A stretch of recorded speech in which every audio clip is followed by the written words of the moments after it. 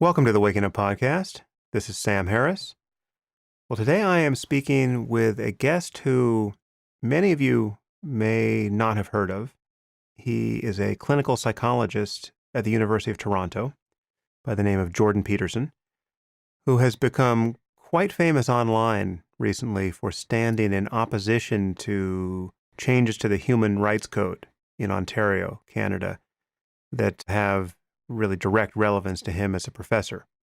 And he's been on many different podcasts, Joe Rogan, Dave Rubin, Gad Saad, I think. So, many people who you may also listen to have interviewed him.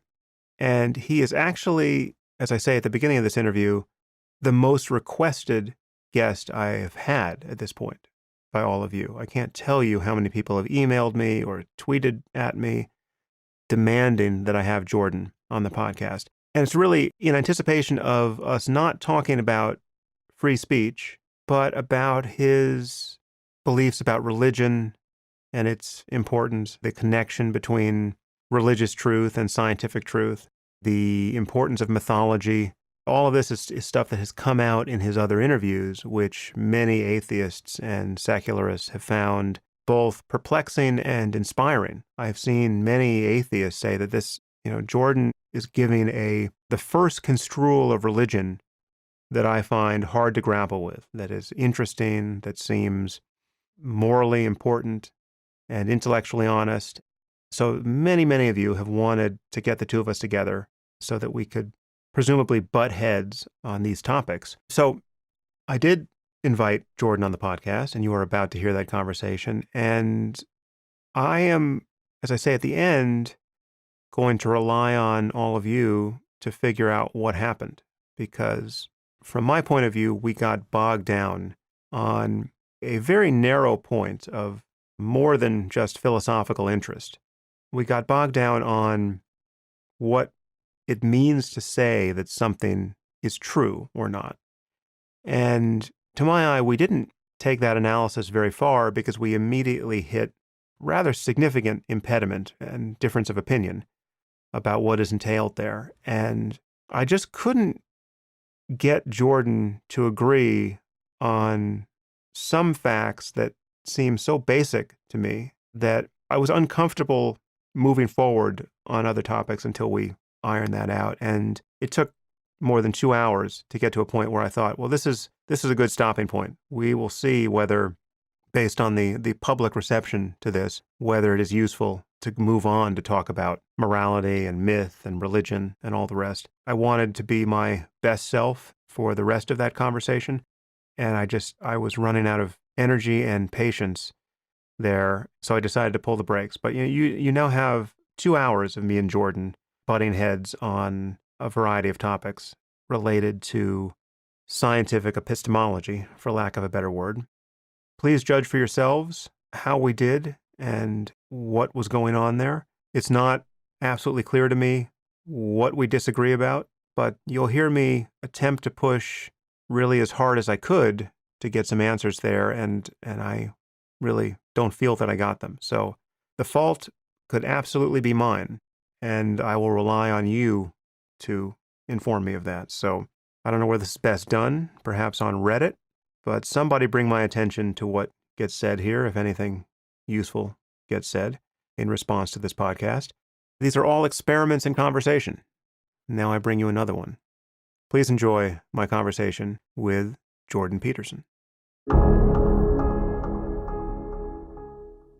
I am here with Jordan Peterson. Jordan, thanks for coming on the podcast. My pleasure. Thanks for the invitation. Well, listen, you have the distinction of being, I think, without question, the person who my listeners most requested that I talk to. So congratulations. People really want to hear what you have to say. Yeah, well, I think they want to hear what we both have to say. So, and hopefully we can manage that in a way that works out real well. That would be good as far as I'm concerned. Actually, I'm very hopeful we'll have an interesting conversation here. I think You seem to suddenly be everywhere on the internet, and you've been on many other podcasts, and I think we should talk briefly about the reasons why you've suddenly become so visible. But I don't think we should spend a lot of time on them because I think that's territory where you and I will almost fully converge, and I think that's not what people are most interested in having us talk about. But to just get people up to speed with what's been happening with you and why you've been so visible all of a sudden, let's talk briefly about the free speech issues, the gender pronoun issues, what's happening in Canada around this bill C-16 and the gender provision in the Ontario Human Rights Code.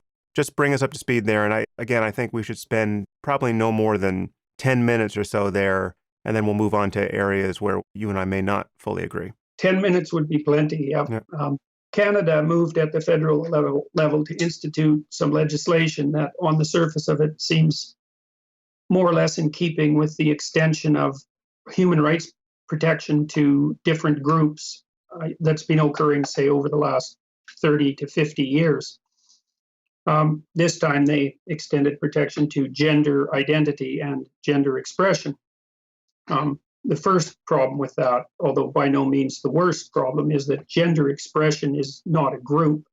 And as far as I can tell from reading the Ontario Human Rights Commission website policies, which the federal government announced that the provisions of Bill C-16 would be interpreted within, you can now provisionally be prosecuted under the hate crime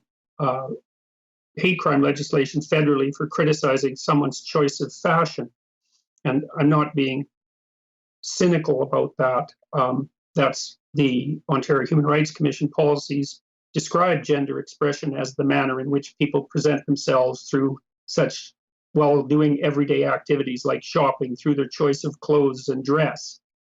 And the idea that requires protection of that magnitude, well, I think it's if you keep extending rights, all you do is weaken them.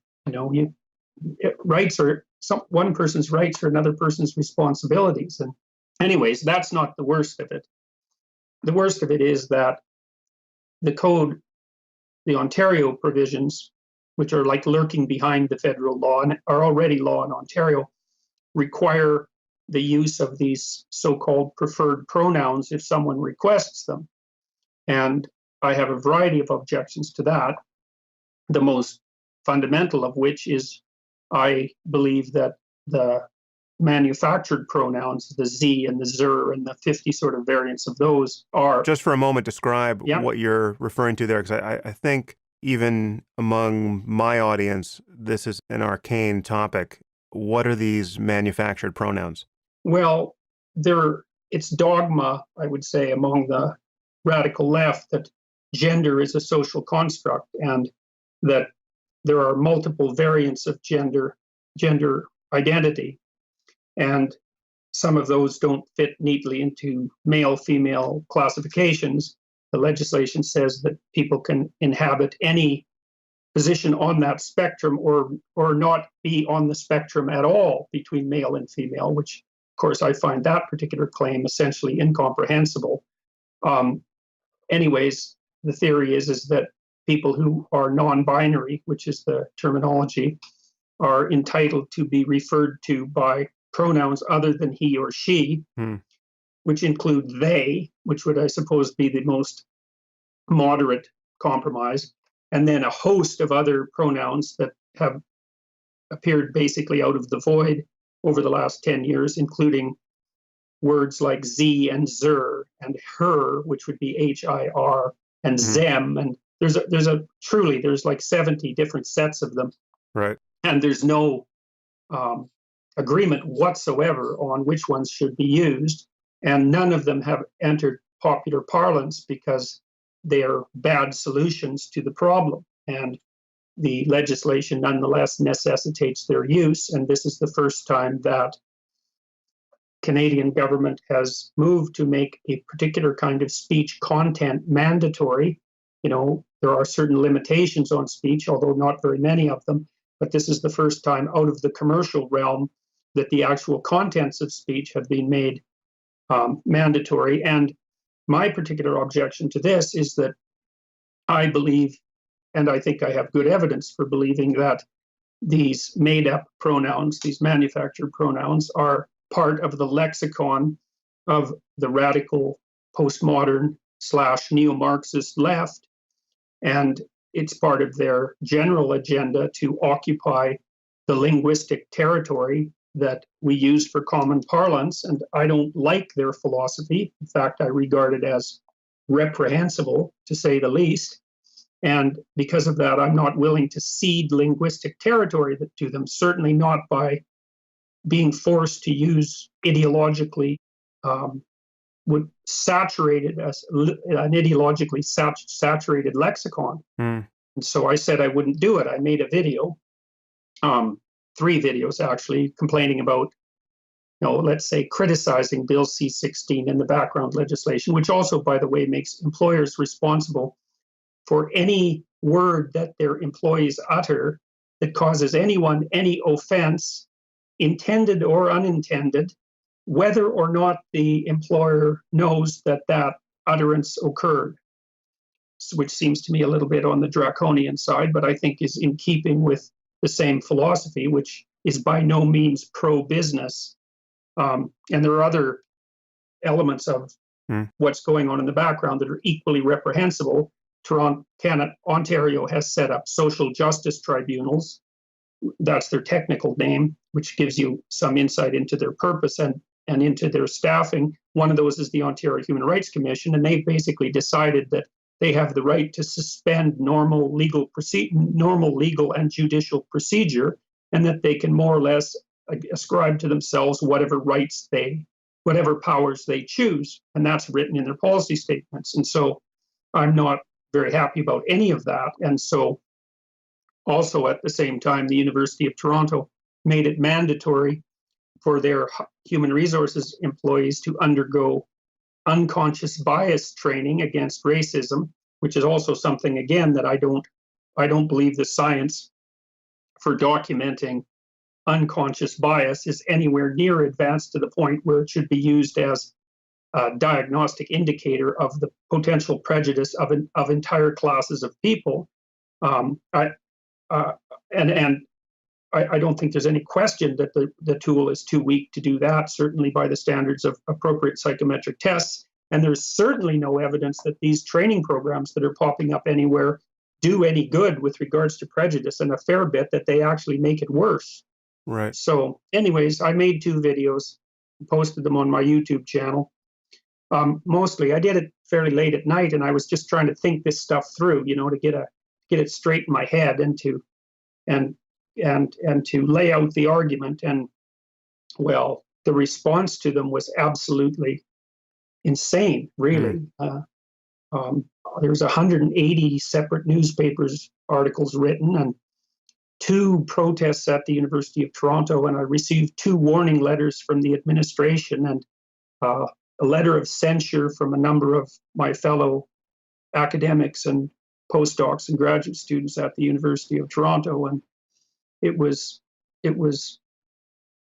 news, literally. Well, yesterday, the Toronto Star published like a 3,000-word biography of me, and Toronto Life, which is, I suppose, our equivalent to New Yorker, although not in the same league, is going to publish a 5,000-word bio on me. And and then I've talked to Joe Rogan and a whole bunch of other people for podcasts. It's been crazy. But the reason for that is because I made something that was bubbling underneath the surface of our culture, and was certainly bubbling under the surface of yours at the last election. I made it concrete and put forth my objections in an articulate manner, and it struck a chord with people. And it's actually been news not only in Canada, but it's stretched its tentacles down to the States and certainly into Western Europe and Australia and New Zealand. And I'm being interviewed in South Africa this week, and it's been like being in a ship in a storm, and it's dumbfounding. I can imagine it's been It's been stressful, I'm sure. Now, is your job at the University of Toronto in jeopardy? Is that the kind of communication you've received, or? Well, I received two warning letters basically asking me to stop talking about this based on the idea that even mentioning the fact that I might not use these pronouns probably contravened the Ontario Human Rights Code and also the University Code of Conduct, although hypothetically the university's code of conduct is dominated by protection for free speech. And so they kind of did the typical HR thing and got the lawyers on it, and they're conservative. And, they warned me twice. I didn't stop talking about it, but then the university was roundly criticized by a number of Canada's major journalists, including a coalition of 100 newspapers.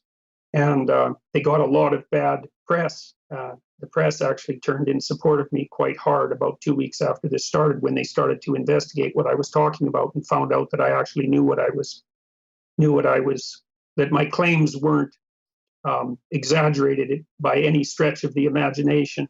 Hmm. And so I've seen that criticism. I've paid attention to what you've been saying on this topic, and some people have said that you are at least mistaken about the legal implications of these changes in the law or these rulings. But it seems to me the one thing you can't be mistaken about is the treatment you have received thus far in response to your saying you won't use these pronouns. if the university lawyers hadn't been convinced that I was correct in my interpretation, they wouldn't have sent out a warning that I should stop doing it because it might be illegal. Hmm. That's the best piece of proof supporting my position that the law has this draconian element, because they didn't send me those letters incautiously. They had their lawyers review the damn legislation and then came to the same conclusion that I did. Right. And the two lawyers who have been making these claims that this legislation is far more innocuous than I'm making it out to be are both social activist lawyers. And so they have a serious agenda. And one of them, Brenda Kosman, told me, well, that I wouldn't go to jail, although that is a possibility, despite what she said, because the law does have that power. All that would happen is that essentially I could be financially ruined. It's like, right. well, okay, right. Well, that's not draconian at all, Yeah. So, yeah. and the Ontario Human Rights Commission has managed to demolish lots of people's lives. It's a kangaroo court, in my opinion, and a very dangerous one at that. One thing we absolutely agree about is that freedom of speech is not just one among many different values. It really is the master value, because it's the only corrective to human stupidity. It's the only mechanism by which we can improve our society. And in fact, it's the value that allows us to improve our other values through conversation. Yes, that's exactly right. It's the fundamental value. It's exactly right. It's the fundamental value upon which our entire cultural edifice is predicated. And I believe that that's part of the reason why the postmodern radicals in particular are opposed to freedom of speech, because they don't believe in dialogue. They don't believe in rationality. They don't believe that groups who have different orientations of power can discuss their differences in a civilized manner and reach resolution, because that isn't how they see the world.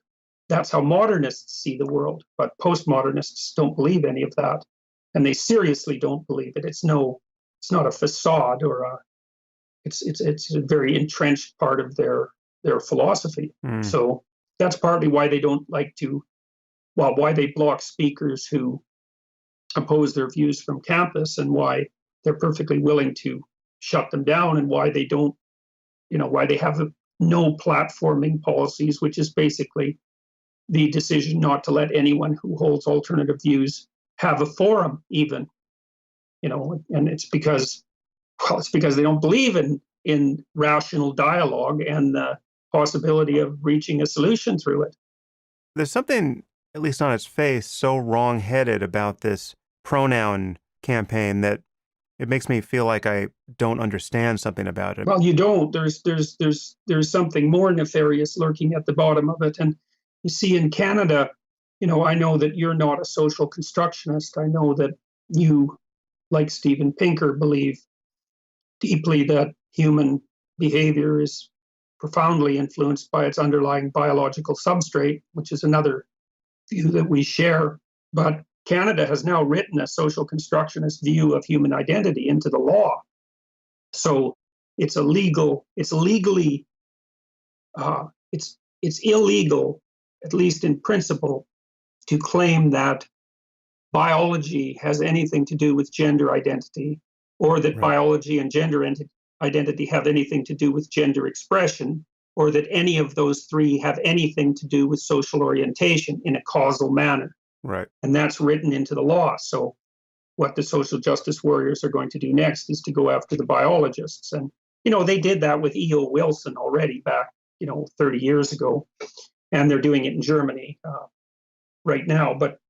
And there's an anti-psychiatry scholarship established at the Ontario Institute for the Study of Education, which is a particularly pernicious institution. And it's no longer obvious what sort of claims you can make as a scientist about the relationship between biology and sex, or the hypothetically separate gender identity. Right. So Right. that's the worst of the lot, because normally governments shy away from implementing a particular ideology, especially one that's discredited, which certainly the radical social constructionist position is, to make that a fundamental part of the law. And that's definitely happened. And that'll unfold in a particularly nasty way over the next 10 years. Ideology aside, there's just a difference between a positive and negative injunction. So, I can ask you to stop doing an infinite number of things, and that imposes no energy cost on you. I can say, stop using the N-word. It offends me, right? Or stop littering, or stop driving your car on the sidewalk, right? And you can not do those things, and it takes no time not to do those things. It takes no cognitive overhead not to do those things. But I can't ask you to do an infinite number of things. I can't tell you to pick up all the litter you see everywhere, because you'd spend the rest of your life doing that, and you still would fail to comply with the injunction. And asking people to learn a new list of gender pronouns and then live in a state of vigilance to see that they apply them correctly. This is a positive injunction, and you're demanding that people do something. For me to demand that people start using a word of my own invention, or if I say, I want to be addressed by a 16-digit number and I'm going to be offended if you get the number wrong, this is imposing a cost on people. I'm going to be offended, and I'm going to take you to court, and you could be charged under hate speech, and I could change that pronoun in an hour if I want, or tomorrow, or the next day on a whim. Because that's also part of the legislation, because that covers the people who are so-called gender fluid. And so they have the right to transform their identity according to their subjective whim, I would say, because the legislation also assumes that this identity that's being protected so hard has no grounding in biology, and it's only subjectively determined. So they actually go beyond social constructionism to make it essentially solipsistic. It's the only thing that determines your identity is the way that you feel at that time. So that's an unbelievably poverty-stricken notion of identity, which at minimum is something that you have to negotiate with other people. I mean, it has to be functional, Yeah. and you have to negotiate it with other people. So, it's not understandable unless you look underneath it. And that's why I was objecting, because I think it's a perfectly reasonable manifestation of the postmodernism that's nested in neo-Marxism. It's perfectly in keeping with their stated aims.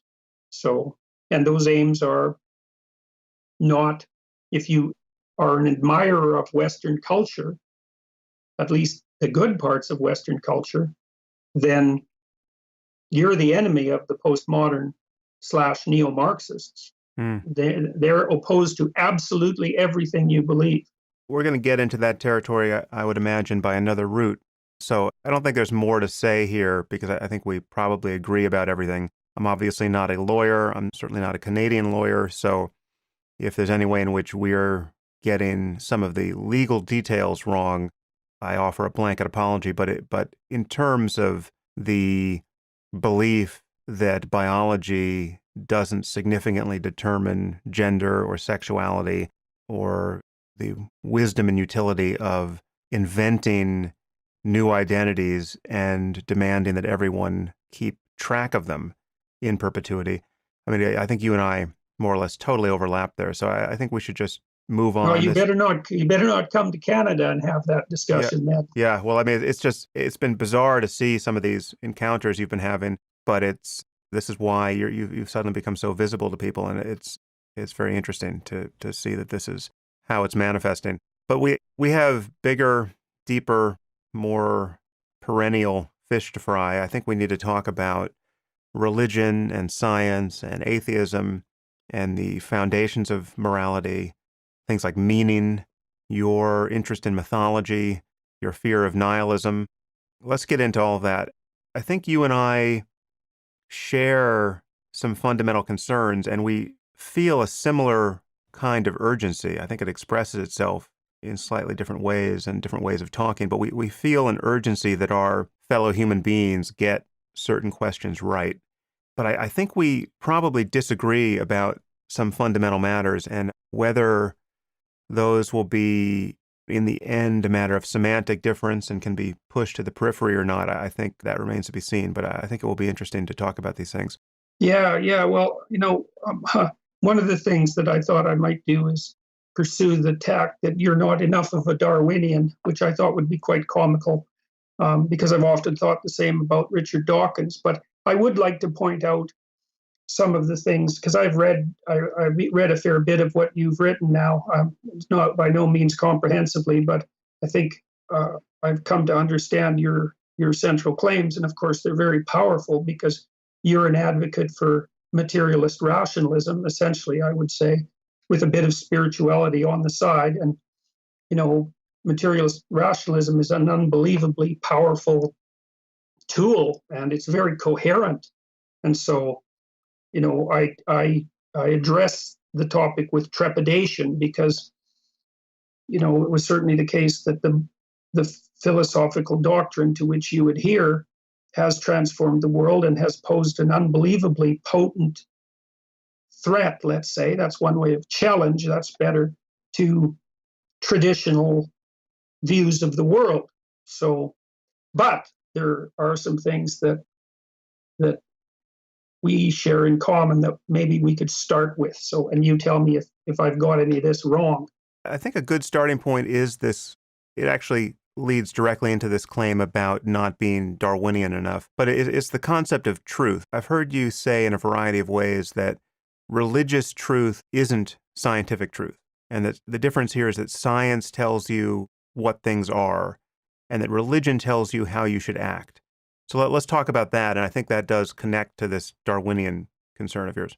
Yeah, that's a good that. Well, I'm going to approach that obliquely to begin with. So let me throw a couple of propositions at you, and I know that you don't accept Hume's distinction between an is and an ought. That you're willing to challenge that, and like fair enough. It's a reasonable thing to try to challenge, although it's quite difficult. But that doesn't mean it's impossible. But I've been thinking a lot about the essential philosophical contradiction between a Newtonian worldview, which I would say your view is nested inside, and a Darwinian worldview, because those views are not the same. They're seriously not the same. I mean, the Darwinian view, as the American pragmatists recognized, so that was William James and his crowd, recognized almost immediately, was a form of pragmatism. And the pragmatists claimed that the truth of a statement or process can only be adjudicated with regards to its efficiency in attaining its aim. And so their idea was that truths are always bounded because we're ignorant, and every action that you undertake that's goal directed has an internal ethic embedded in it, and the ethic is the claim that if what you do works, then it's true enough, and that's all you can ever do. And what Darwin did, as far as the pragmatists were concerned, was to put forth the following proposition, which was that it was impossible for a finite organism to keep up with a multi-dimensionally transforming landscape, environmental landscape, let's say, And so the best that could be done was to generate random variants, kill most of them because they were wrong, and let the others that were correct enough live long enough to propagate, whereby the same process occurs again. So it's not like the organism is a solution to the problem of the environment. The organism is a very bad partial solution to an impossible problem. Okay, and the thing that about that is that you can't get outside that claim. I can't see how you can get outside that claim if you're a Darwinian, because the Darwinian claim is that the only way to ensure adaptation to the unpredictably transforming environment is through random mutation, essentially, and death, and that there is no truth claim whatsoever that can surpass that. And so then that brings me to the next point, if you don't mind, and then I'll shut up and let you talk. So I was thinking about that, and I thought about that for a long time. So it seems to me there's a fundamental contradiction between Darwin's claims and the Newton deterministic claim and the materialist objective claim that science is true in some final sense. And so I was thinking of two things that I read. One was the attempt by the KGB back in the late part of the 20th century to hybridize smallpox and Ebola, and then aerosol it so it could be used on for mass destruction. And the thing is that that's a perfectly valid scientific enterprise as far as I'm concerned. It's an interesting problem. You might say, well, you shouldn't divorce it from the surrounding politics. Well, that's exactly the issue, is how much it can be divorced, and from what. And then the second example is, a scientist with any sense would say, well, our truths are incontrovertible. Let's look at the results. And we could say, well, let's look at the hydrogen bomb. If you want a piece of evidence that our theories about the subatomic structure of reality are accurate, you don't really have to look much farther than a hydrogen bomb. It's a pretty damn potent demonstration. And so then I was thinking, well, imagine for a moment that the invention of the hydrogen bomb did lead to the outcome, which we were also terrified about during the Cold War, which would have been, for the sake of argument, either the total elimination of human life or perhaps the total elimination of life. Now, the latter possibility is quite unlikely, but the former one certainly wasn't beyond comprehension. And so then I would say, well, the proposition that the universe is best conceptualized as subatomic particles was true enough to generate a hydrogen bomb, but it wasn't true enough to stop everyone from dying.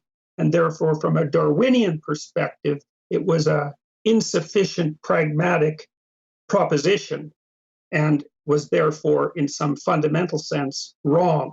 And perhaps it was wrong because of what it left out. Maybe it's wrong in the Darwinian sense to reduce the complexity of being to a material substrate and forget about the surrounding context.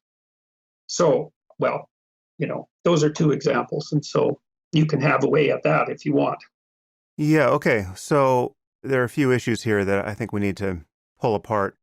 I think that the basic issue here, and where I disagree with you, is you seem to be equivocating on the nature of truth here. You're using truth in two different senses and finding a contradiction that I don't, in fact, think exists. So let's talk about pragmatism and Darwinism briefly for a second. So I've spent a lot of time in the thicket of pragmatism because I was a student of Richard Rorty's at Stanford, and I took every class he taught and just basically did nothing but argue with him about pragmatism. So I'm very familiar with this way of viewing the concept of scientific truth. I'm not so sure our audience is deeply schooled in this. So briefly, let me just add a little to how you describe pragmatism.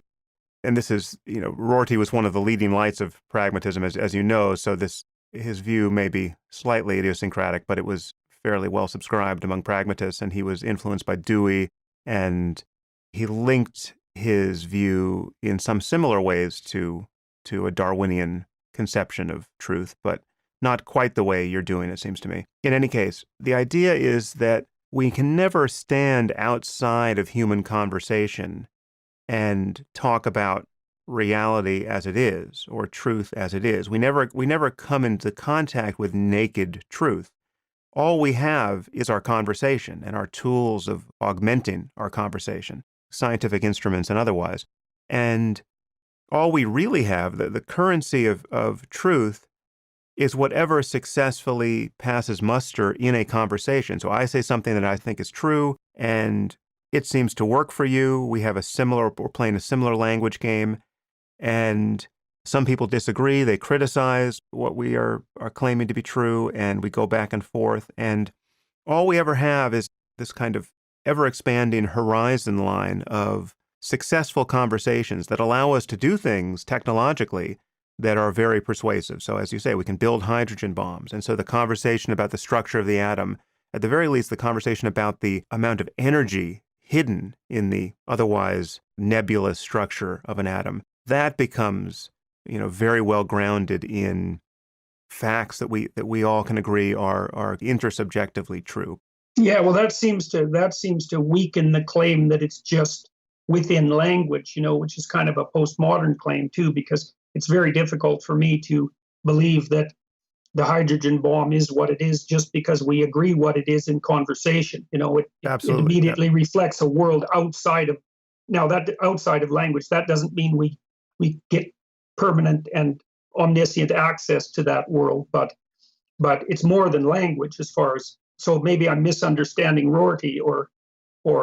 I think you are understanding him. He will say that, again, all we ever have is our effort to organize the way the world seems to us with concepts and language, and we just have successful iterations of that and unsuccessful ones. And a hydrogen bomb explosion, no matter how big, assuming we survive it, still falls within this empirical context of an evolving language game. And I agree with you that it does connect with postmodernism in a way that is decidedly unhelpful. And Rorty was a fan of Derrida and Foucault. And, I remember walking out of Derrida's lecture at Stanford. I literally had to climb over the bodies of the credulous who were sitting in the aisles listening to the great man speak. And he didn't speak a single intelligible sentence, as far as I recall. Well, that's obviously just because you don't have the profundity to understand, a postmodern French neo-Marxist intellectual. I don't. But to get back to some of your claims here, there's this claim you're making about the Darwinian basis of truth and knowledge, that there really is just survival, right? There's just, biological change selected against by an environment, and there's what works in that context, what is pragmatic in that context biologically, and there's what doesn't, and what doesn't gets you killed.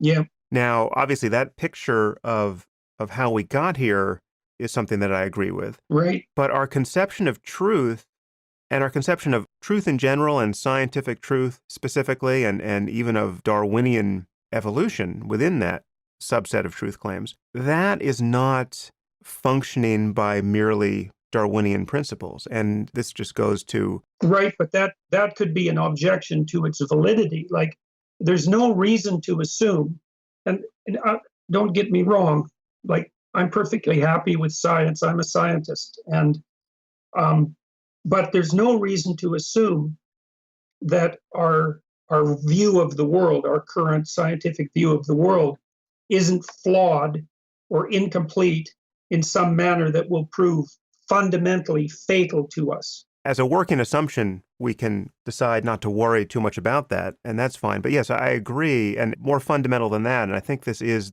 the accurate version of the claim you're making. This is something that I spoke about on another podcast with Max Tegmark, a physicist from MIT.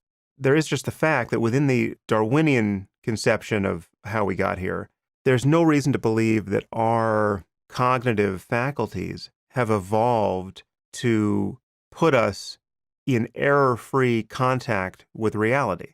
That's not how they evolved. I mean, we did not evolve to be perfect mathematicians or perfect logical operators or perfect conceivers of scientific reality at the very small, subatomic level, or at the very large cosmic level, or at the very old cosmological level. We are designed by the happenstance of evolution to function within a very narrow band of light intensities and physical parameters.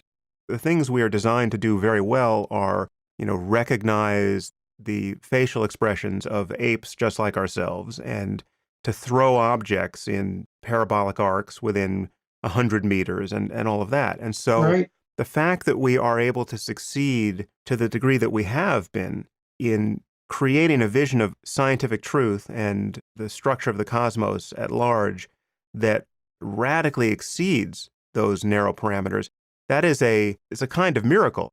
It's an amazing fact about us that seems not to be true, remotely true, of any other species we know about. And that's something to be celebrated, and it's a lot of fun to see how far we can get in that direction. But I would grant you that there are no guarantees as we move forward in that space.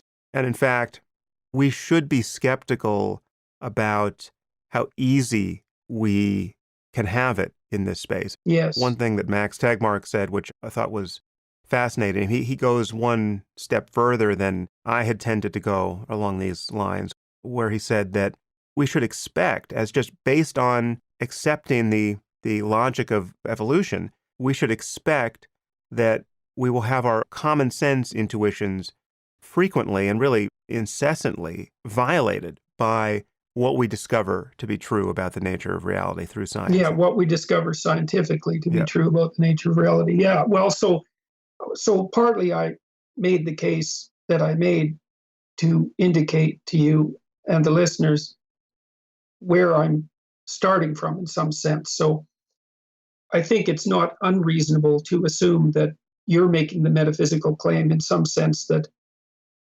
Darwinian truth is nested inside Newtonian truth. I wouldn't call it Newtonian. Let me just change your words a little bit, but it may be a distinction without a difference here. But I would oppose realism, scientific realism, and even moral realism. I consider myself a moral realist. I think there are right and wrong answers to moral questions. I would oppose realism with pragmatism. And the core tenet of realism Yeah. for me is that it's possible for everyone to be mistaken.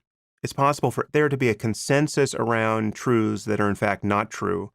It's possible to not know what you're missing. There's a horizon of cognition beyond which we can't currently see, and we may be right or wrong about what we think exceeds our grasp at the moment. And so that's something that the pragmatist can't say. The pragmatist has to locate truth always within the context of existing conversations, existing consensus. And in this Darwinian conception of truth, you are saying that there's just what works for us biologically, pragmatically, as apes on Earth now. And there's no larger context of truth claims that we can make that situates that in a larger sphere where you can intelligibly say that everyone is wrong about something. Well, it's complicated, and I wouldn't say I'm saying exactly that. I certainly don't agree with the language game part of it. And see, if you think of the Darwinian process as something you can't escape, like there's no outside of it, and partly the reason for that is that you're just too damn ignorant to get outside of it in any transcendent manner. Now, you might say, well, you can do that to some degree with science, and I'm not going to argue with that. But before you move on, let me just understand the claim, because it seems to me we are outside of it in every respect where you want to emphasize the Darwinian component of it. So we're outside of the implications that, certain phenotypes would have killed you outright 5,000 years ago, whereas now we have a civilizational mechanism to protect those people. So if you're wearing eyeglasses and you are able to function just as well as your neighbor who's got perfect vision, you're out of a Darwinian paradigm there. It doesn't matter that you're wearing eyeglasses, right? On 1,000 points, we can make that same observation. And therefore, more or less everything we care about has followed along those lines. I mean, so just the fact that we are, one of the greatest gains we are attempting to make, although we have done it imperfectly thus far, is to outgrow tribalism in all its forms, right? So we recognize that tribalism is not the best, moral bedrock. And yet, in a Darwinian paradigm, tribalism is really the only game in town. And so we stand outside of Darwinian logic, both morally and intellectually, all the time now. Are you denying that? What am I confused about? I'm calling that into question. I'm not necessarily denying it, and I'm certainly not presuming that that what I'm saying is right, because I'm trying to solve another problem at the same time. But you see, the thing about the scientific viewpoint is that it leaves certain things out, and it leaves out what it doesn't know, obviously, although the same might be said for any other system of belief and should be. But it also looks at the world in a particular way. For example, it strips the world of its subjectivity. And it may be that that's a fatal error. Now, that doesn't mean that it stopped science from being unbelievably useful as a tool. But I think of science as a tool rather than as a description of reality. And, that's where we differ. And it's fair that we differ. It isn't obvious which of those two positions could be held to be correct. Because, you could say that the more we learn about the objective world, in your realist manner, the higher the probability that we'll survive. And it's conceivable that those things are aligned in that manner. But it's also conceivable that they're not. And I'm wary of that because radical changes produce unintended consequences. And, we've lived relatively successfully as primates for, a couple of dozen million years. And we're transforming things pretty damn rapidly. One potential outcome is that in 500 years, we're more machine than human, and that we're not really human at all in any realistic sense. And I can't necessarily see that as you could claim that that's a positive outcome, but it isn't necessarily that it's a positive outcome. So you're assuming that there is an alignment between the two. No, I'm not doing that. And I think, Okay. and now I'm getting a little confused about what you're claiming. So let me just go over that ground you just sketched just to get myself on track. So it seems to me that you're saying that the reductio ad absurdum of a Darwinian conception of knowledge would be if we ever learned certain truths that got us all killed, well, then that would prove that these things weren't true or that this was an intellectual dead end. Yeah, they weren't true enough, I would say. I mean, two things here. One is that there's nothing about my conception of science that discounts the reality or the significance of subjectivity. So I understand what you're saying when you say that science or materialism leaves out subjectivity. And I've ridden that same hobby horse against that conception of science myself. So you won't find a friend of eliminative materialism in me.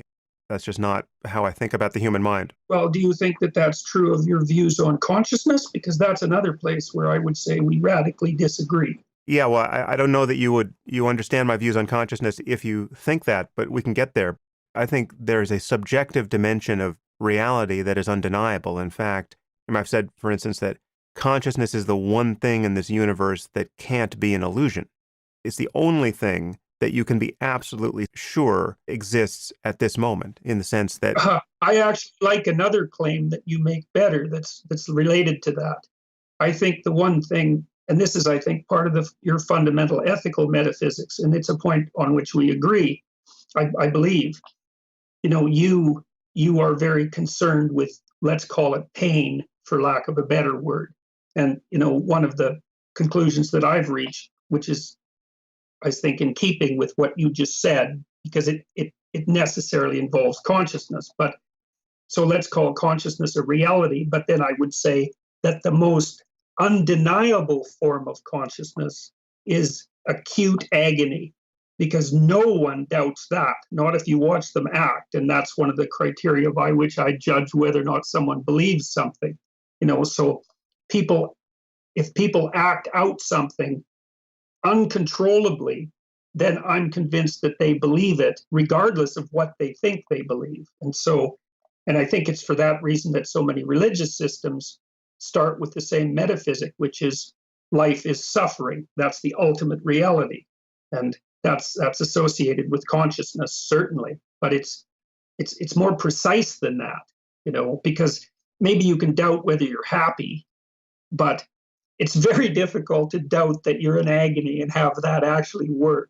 So Yeah. people act as if that's the most real thing. And part of your ethical metaphysics, as far as I can tell, is you take that as bedrock in some sense and then say, well, whatever we do, we shouldn't go there.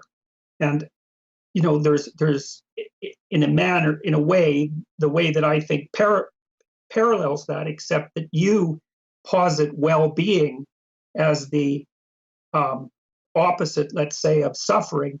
And this is something I really want to talk to you about, because I think there's a paradox in your thinking, and I could be wrong, but tell me what you think. Let's wait to get there, because this is a different topic. I definitely want to get into morality with you. Okay. And that's all ripe for discussion. But this conception of truth, I think we have to nail down, because it just seems to me undeniable that there are facts, whether or not any of us, any existing population of human beings, are aware of those facts. So before there was any understanding of the energy trapped in an atom, the energy was still trapped in the atom, right? And the Trinity test proved that beyond any possibility of doubt. So prior to the bomb going off at Alamogordo, you had some of the world's best physicists not entirely sure what was going to happen. They had an educated guess about what was going to happen. I think there was a betting pool on the question of just how big the detonation would be. There were some people who thought that nothing would happen. They would actually fail to initiate a chain reaction. The point is that there was a kind of a probability distribution among the smartest people over the range of possible outcomes there. So this was a linguistically mediated conception of what was true at the level of the very, very small in physical reality. And we got more information once we saw that bright light and mushroom cloud. And now the conversation continues. But it seems to me that a realistic conception of what's going on there, and really the only sane one, if you look long enough at it, is that our language didn't put the energy in the atom. It's not because we spoke a certain way about it that determined the character of physical reality. No, physical reality has a character whether or not there are apes around to talk about it. Okay, so look, everything you said there, I agree with it. I guess my one objection to that is is it true enough objection? So, in order to establish an objective fact, we have to parameterize the search. We have to narrow the search. We have to exclude many, many things. And I think sometimes when we do that, we end up generating a truth, and I would say it's a pragmatic truth that works within the confines of the parameters that have been established around the experiment.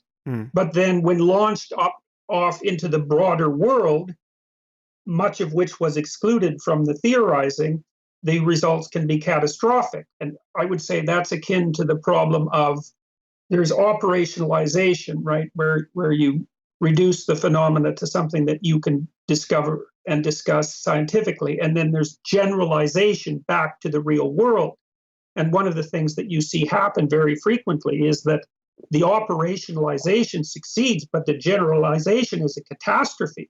That's very frequently the case with the application of social science theories to the world, because they leave so much out. Okay, so let's just focus on this claim or this concern about certain forms of knowledge or certain descriptions of the world leading to catastrophe. Now, I completely agree that that's possible, but it doesn't mean what you seem to think it means here. So it's possible for there to be scientifically correct, realistically true conceptions of the world that are bad for us. There are not many examples of that. I think the utility of knowing what's going on is usually so high that it's better to know what's going on. But for instance, I mean, the example I occasionally use is there is a right way to synthesize the smallpox virus right now. Is this knowledge good for anyone to have? Well, perhaps at the CDC or in certain labs, we want to have this knowledge because it allows us to develop an inoculation against smallpox. It allows us to understand viral properties in ways that perhaps we wouldn't otherwise. I don't know. I don't do that work, but it seems to me to be objectively dangerous to play around with synthesizing smallpox. And this is not the kind of knowledge that you want to spread as far and as wide as possible. Well, right, exactly. That's the parameterization and the generalization problem. That's precisely it. Okay, but to point out that this is dangerous, to point out that it would be irresponsible to spread this knowledge, to point out that in the wrong hands, this could be catastrophic and in fact could end the human experiment, right? Mm-hmm. The career of the species. So it could be very anti-Darwinian, to use your framing, Yes. in a local sense with respect to Homo sapiens, because this could be the thing that kills all of us, right? Right. That's, yes, catastrophic, fine, but that doesn't undermine the scientific truth value of... But it undermines, I agree, but it does undermine the claim that scientific truth is the ultimate truth. That's the claim that it undermines. No, it doesn't undermine it epistemologically. It undermines it as something you want in your life, right? It undermines it in terms of its value to us as a species. If knowing what is true got you all killed, well, then that would be a truth that wouldn't be worth knowing, but it wouldn't make it less true, right? So if I say... Well, okay, so let's imagine for a moment. I understand what you're saying, and I don't see that there's any logical problem with it. But I would say that we're actually starting from different fundamental axioms. Like the fundamental axiom that I'm playing with is something that was basically expressed by Nietzsche, and it's a definition of truth. And so I would say if it doesn't serve life, it's not true. But so what we're arguing about is but Jordan, I have to pull the brakes there. I mean, I think I agree morally, ethically, given my concern about the well-being of humanity. I agree with that as a moral starting point. We want to know what is worth knowing. We don't want to know everything, and we certainly don't want to know truths that will get us all killed or make us all needlessly miserable. Okay. We want good lives, right? Okay, so then I would say that by making that proposition, you've accepted the claim but that no, the scientific endeavor should be nested inside a moral endeavor. Yes, absolutely. I accept that claim, but... Well, then it can't be, then the moral endeavor can't be grounded in the scientific endeavor, because the inside thing can't ground the outside thing.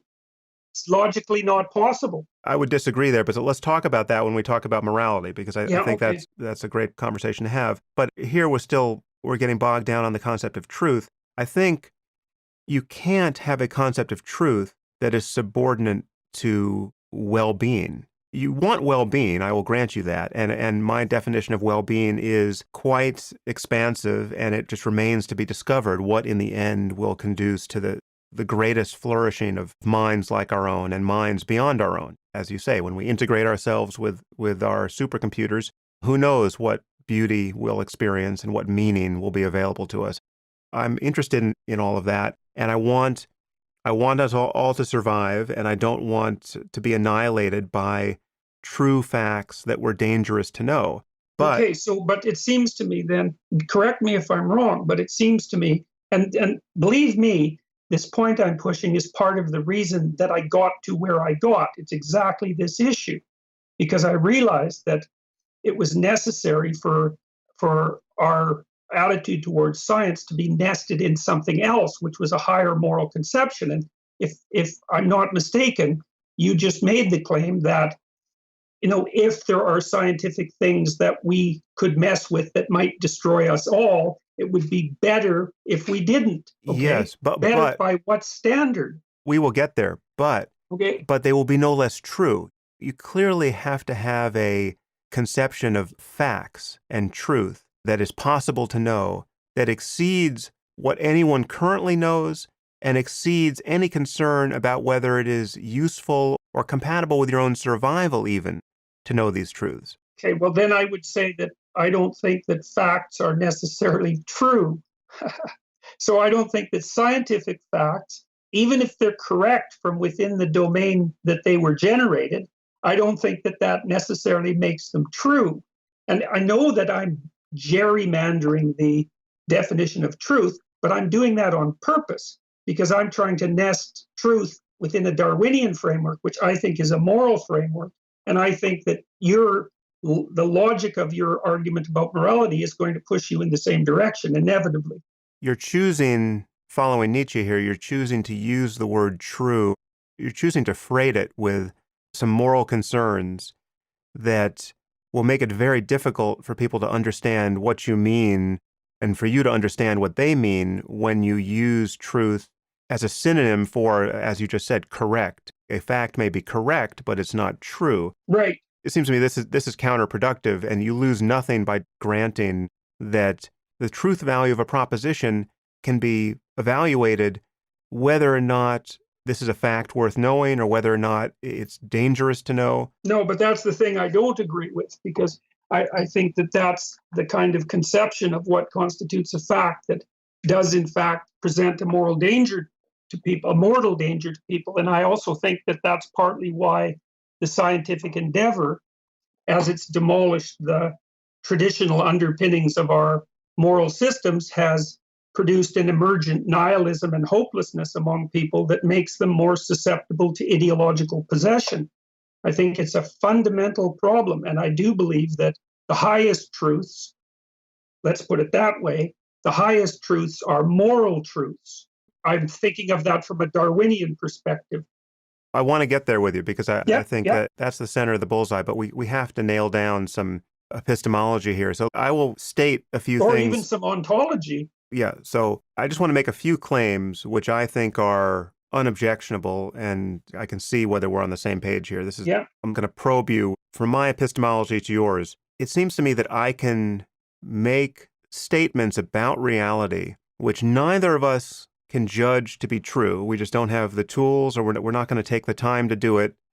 But we know there is a fact of the matter whether or not we can get the data in hand. So I could say, for instance, you have an even number of hairs on your body, right? Now, I don't know that that's true, but I know I have a 50% chance of being right about that. And this is not a non-binary possibility. This is a binary one, assuming you have any hair on your body. I'm not going to tell you either. Yeah. So presumably you don't know this about yourself. I don't want to envision what it would take to know that about oneself all the time. And in any case, it's susceptible to change. Now, what do you think about that? We don't know whether you have an even or odd number of hairs on your body. Well, I would agree with that, but I would say that the reason for that is that the definition of truth that you're using to make that statement true is nested inside the question itself. And I'll accept the definition and the question for the sake of pursuing that. We're outside of any kind of Darwinian imperative here. There's no reason to know this. You wouldn't be better off knowing this one way or another. You can do nothing with this knowledge. This is one reason you wouldn't seek the knowledge, but... Right, but it won't hurt or kill me. And it's no less puts true. Me inside the Darwinian framework, and so I'm willing to go along with it. Okay, but let's say it could hurt or kill you. Let's say that, now you're a hostage, and your hostage takers have a bizarre religion of their own invention where they will kill people who have odd numbers of hairs on their body, and they will venerate people who have even numbers of hairs. So now your life depends on which is true about you. And perhaps, if you have an even number of hairs, you want to find out. If you have an odd number, you don't, or you find out only to then surreptitiously pluck one so that you can be now a safe member of this moral emergency. So nothing has changed with respect to truth value about the claims we might make about the hair on your body, right? It's just a different situation. Your concept of truth can't be hostage to these superficial changes in context. I think it's inevitably hostage to them.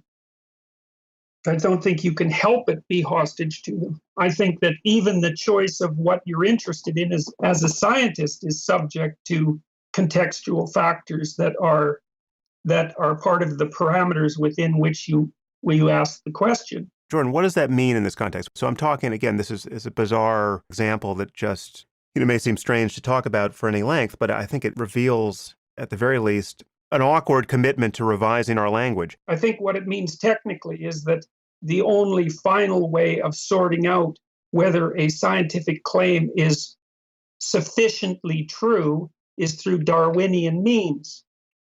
Because I think that the Darwinian process is the only way of adjudicating truth. Now, you don't accept that, and that's fine. I mean, it's not like what you're doing isn't coherent. I'm just confused at this point. It's not that I don't accept it. It's just I don't see how you can accept what you sound like you want to accept here. So you just agreed that if I were to assert that you have an even number of hairs on your body, I would be making a truth claim, which, one, I'm clearly not qualified to make, but it's basically a coin toss bet. It's analogous to my saying, the coin you just flipped and haven't revealed to me came up heads. It's an importantly similar claim to that. If I'm a rational person, it's a truth that I would assert only probabilistically. I have a 50% confidence that I'm right here. I will not be surprised to be right, and I won't be surprised to be wrong. And it seems to me that you're now claiming that this changes totally if someone comes into your office with a gun and says, I'm going to kill you if the coin came up heads, or I'm going to kill you if you have an odd number of hairs on your body. No, what Your situation has changed. What changes there is that in the one situation, it's a really stupid game to be playing. And I'm not being what would you call it, dismissive, making that argument. It's like, see, what you're doing is that you're taking a way of looking at the world, and you're making a micro example out of it, and you're saying that within the context of that micro example, truth is not malleable by situation. It's like, okay, I buy it, but the problem is that micro example isn't separate in the actual world from the macro examples, which would be, let's call it, the scientific method as such. And there may be local applications of the scientific method where the local facts generated are sufficiently, context independent so that you can't make any contextual claims. But I could say, well, it turned out in 1,000 years that entire empirical game was fatal. Mm-hmm. And so then I would say, well, the micro parts of it were fatal too. You just couldn't see it. I agree about the non-utility of playing fatal games, right? So we don't want to play games that will get us all killed reliably. Certainly if there's no huge benefit on the other side. From a scientific perspective, why not? But then you're just saying that, is there a scientific reason to want to exist, or to want your kids to live happy lives as opposed to die in their sleep tonight? Yes, that is partly what I'm saying, yes. We can talk about that, but it seems to me we can't just skip over this question of truth because it anchors everything else any other claim we're going to make. But another thing to do would, look, fair enough. And we could argue about it for quite a while. And I think the danger is that we'll sidetrack the entire conversation doing this, and that won't be so useful. So what I would recommend is that we could recognize for the moment that we're starting with different claims of truth. But I don't think we are. I think you're simply deciding at the end of the day to say that any truths that led us down a path where we suffered unnecessarily or died weren't true. Right. You have to choose what you mean by true. You have to. And I'm not accepting the same definition of truth that you operate under, and it's partly because I believe that Darwin trumps realism, let's say. I believe that pragmatism trumps realism. But even the truth of Darwinism is not anchored to a Darwinian conception, in your view, of truth. It's anchored to a realistic one. So Darwinism will not prove to be false if knowing about Darwinism gets us all killed.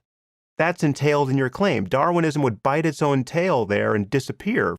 Well, not necessarily, because our conception of Darwinian evolutionary processes could be flawed as well, and probably is. I mean, the recent developments in That goes without saying. Yes, we do not have a complete scientific picture of reality, but if evolution is true in any sense, if cosmic rays initiate point mutations in genomes and you get genetic diversity on the basis of that, and things get selected for based on regularities in the environment, and you get speciation, if any of that is true, if DNA has any connection to heritability, right? We have good reason to believe that we are on unusually solid ground there, modulo all of the things we don't yet know about biology.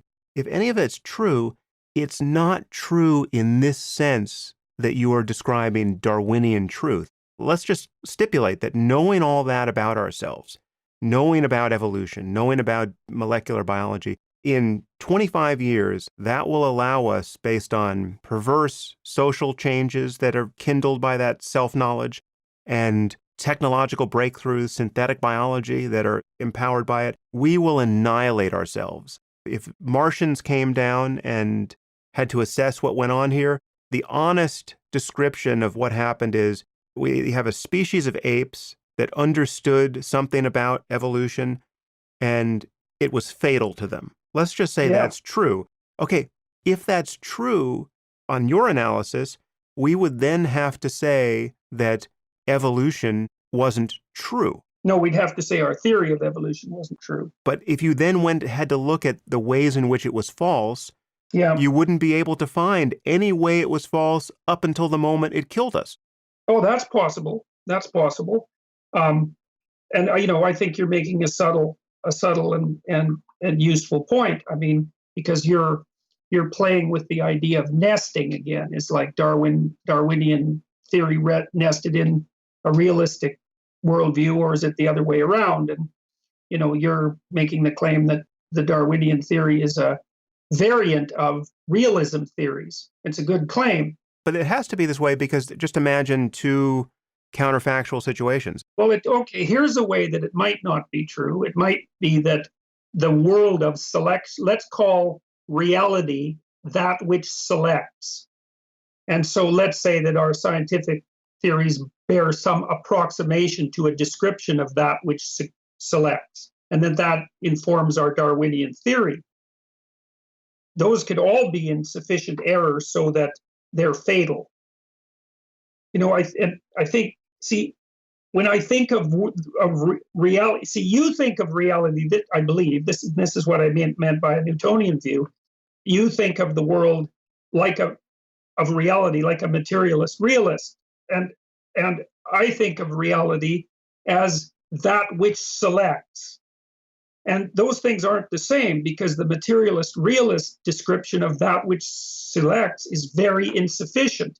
And that insufficiency undermines the accuracy of our Darwinian knowledge. So I guess the only way I can respond to what you said is that I would say that if our knowledge of Darwin, of the evolutionary process, was true, then it wouldn't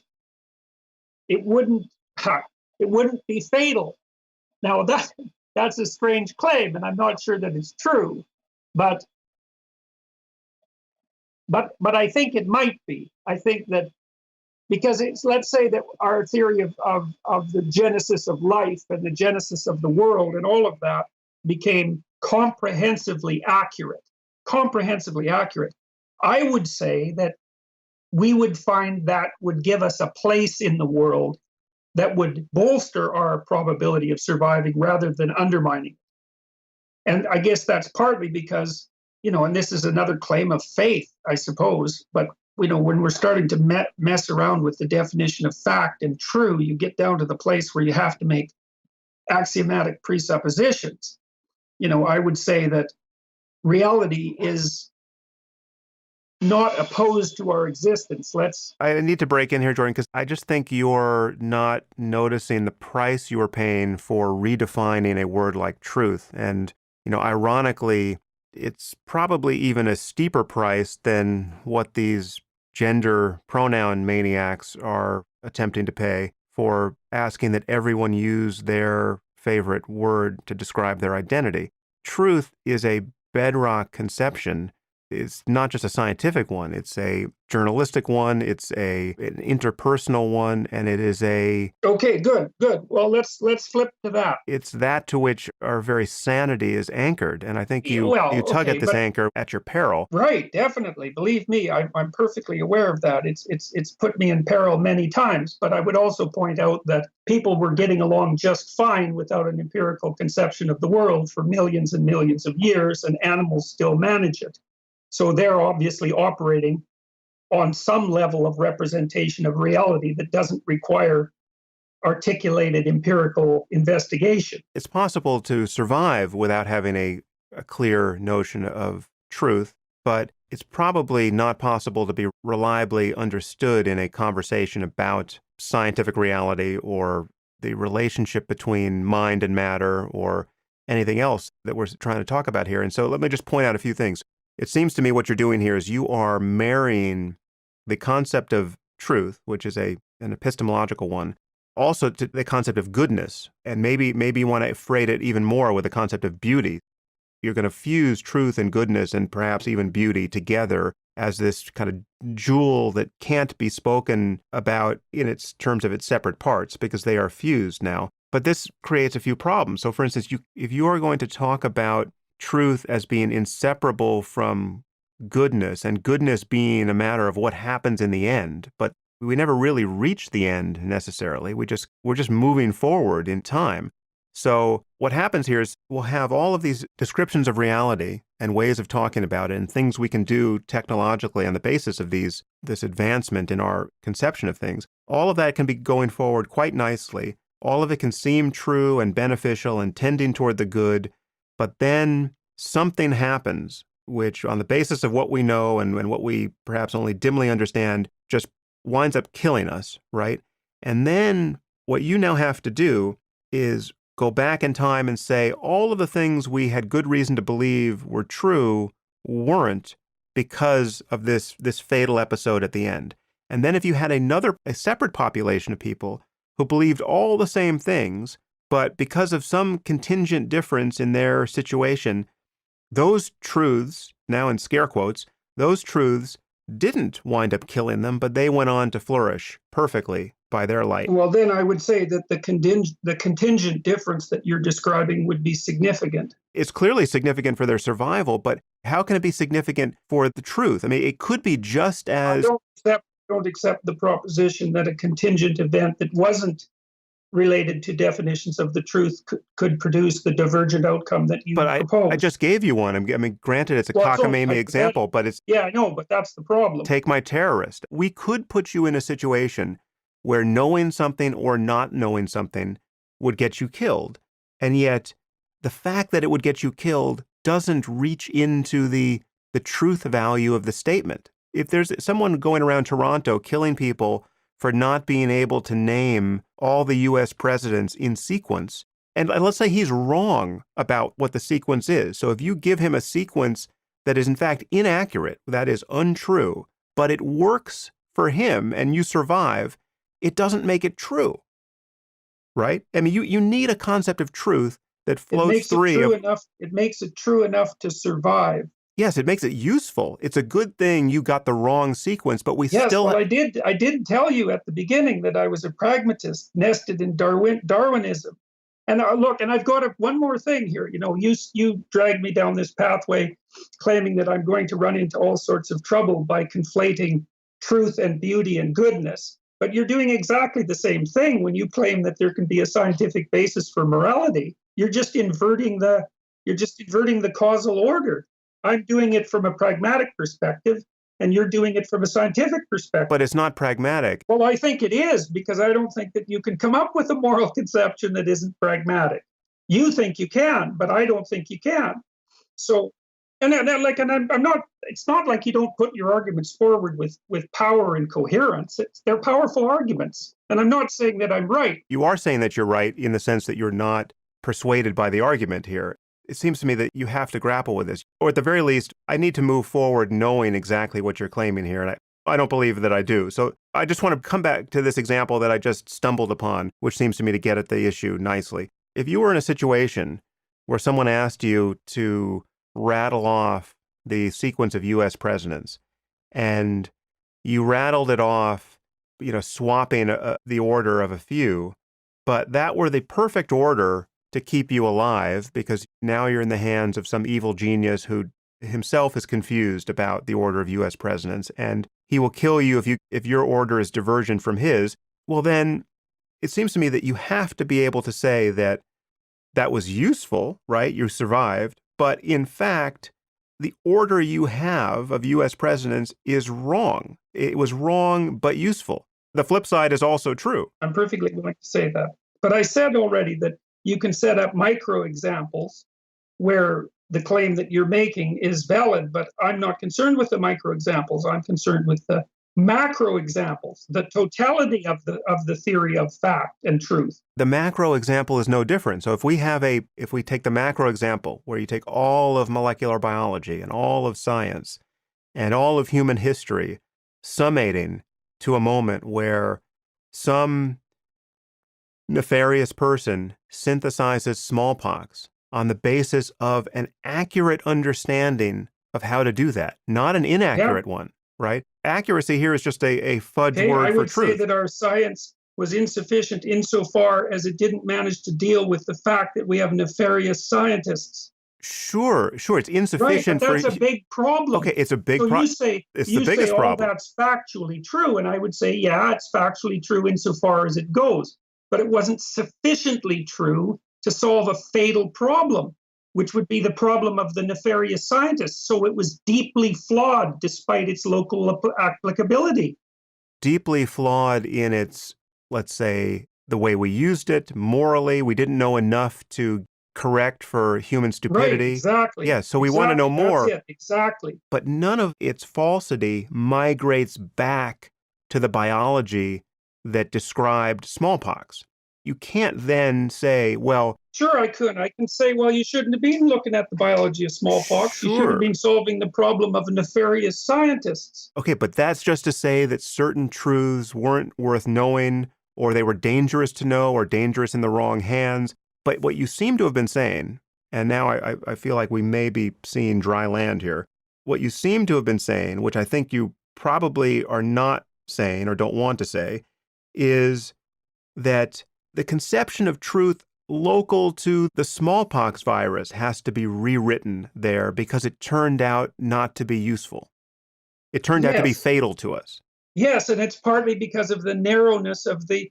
This is what point I was making with the damn KGB. It's like, yeah, they managed to synthesize Ebola and smallpox, thus demonstrating the scientific truth of their effort. Well, okay, fine, but how about if we take the context into account? Perhaps we're ignorant, even scientifically, but more so morally, in such a profound way that while we go chasing those contingent scientific truths, we miss something really large and obvious, like true or not, generating a hybrid of smallpox and Ebola is, let's call it ill-advised.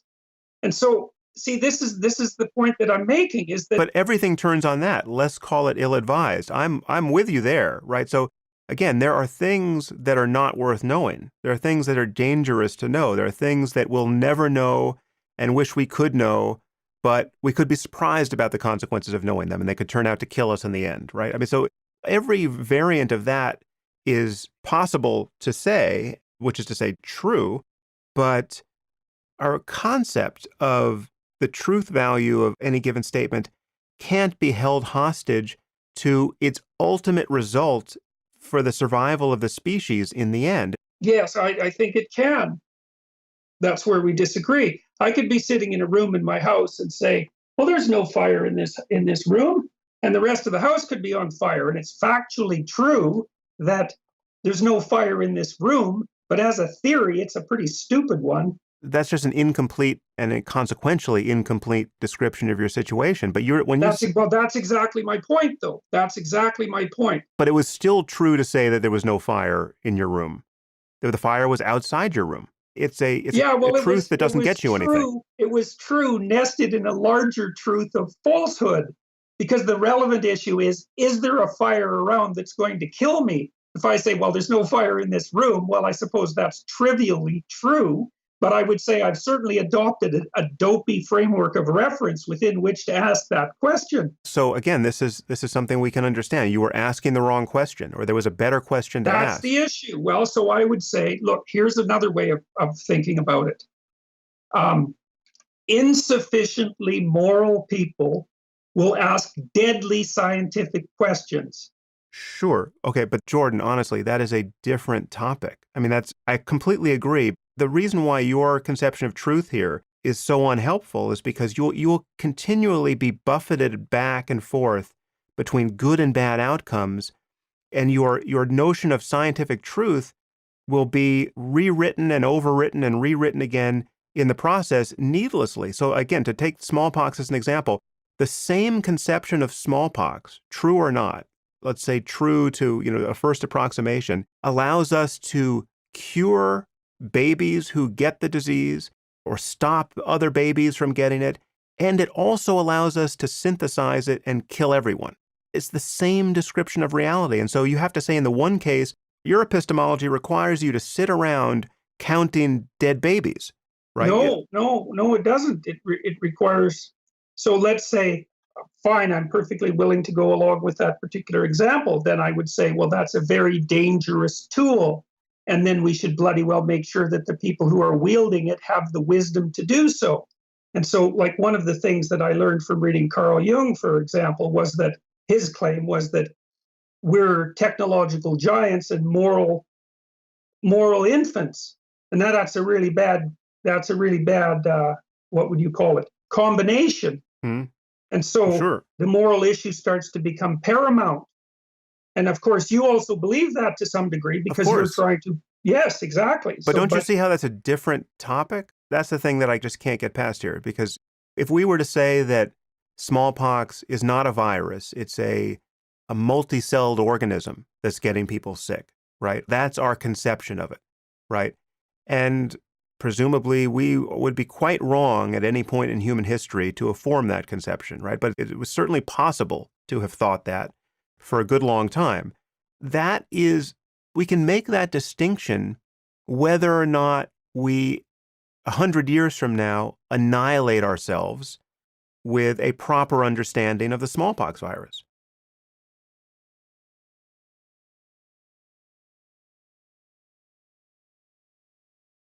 well, I already admitted, as far as I can tell, that you can make micro claims Okay, that but it's justify all that just viewpoint, but microclaims until the end of that's time, not what I'm right? talking So we about just it's precisely. all No, it's not. It's not at all microclaims because there's like the materialist realist perspective is a kind of ethic, and it governs how people look at the world. It's a philosophy. It's a massive philosophy. It's a framework of reference. It's not an aggregation of micro events, although it is also that. And I would say that part of the problem with the scientific worldview as it's currently constituted is that it doesn't provide a reliable guide for the development of the kind of wisdom that would allow us to use our technology like grown-ups. you had me at wisdom. Of course, Okay, so that then is the next thing true. I would say, well, and here's another It's thing an that enormous problem, but again, okay, that is in my view, that is a change of topic. I mean, I think we should get on to that topic, well, it's a change of scale anyways. but it's not really because, so again, this is why I say it's all microclaims. We have all of these microclaims about reality, and this extends to every branch of science and mathematics, but it also extends to just ordinary facts, like the fact that you and I are talking on Skype now. Now, that is true as far as I can tell. It's the only way I was attempting to talk to you, and I see the Skype logo on my computer. But this is a claim about which I could be right or wrong, and the rightness or wrongness of the claim is not going to be adjudicated by whether or not we survive another million years as a species. And you take the functionally infinite number of microclaims like that, and you carry them forward in time, and you build technology on their basis. And yes, this whole effort can be wisely guided or not. But whether it's wisely guided or not does not change the factual legitimacy of any one of those claims that has preceded your Yes, it ultimate might, because it might highlight what they left out. Because like your claim about Skype is a local claim, and as a local claim, I would say as a pragmatist, it's directly the case, but it's also grounded in a metaphysic, and so is the technology. And so, But Jordan, whether you leave something out, there are all kinds of things we can leave out. First of all, we will always be leaving something out. But second of all, we can leave things out that are worth knowing, that would add to our well-being and survival. We can leave things out that have absolutely no value one way or the other, negative or positive, but are still nonetheless true. And we can leave things out that we should leave out because they would be dangerous to know. Now, we need a concept of truth that allows us to make statements like that. But your concept of truth is collapsing everything back to whether we survive, right, presumably that's whether what we it's survive doing. happily, right?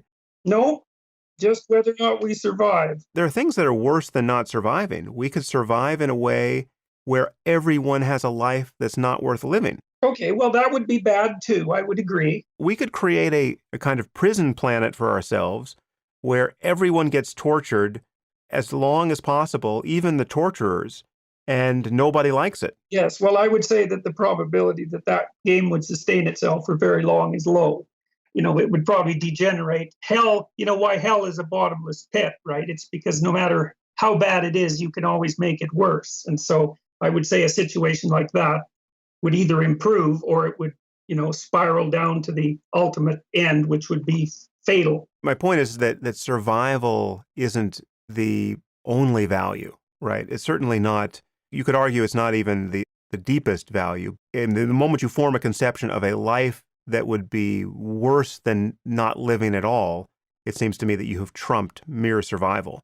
You can easily imagine a situation where you would say of the person you love most in the world that they would be better off dead, right? That, I think, a morally and factually an intelligible claim given the possibilities of human suffering and given that there are certain situations where there is no remedy other than death.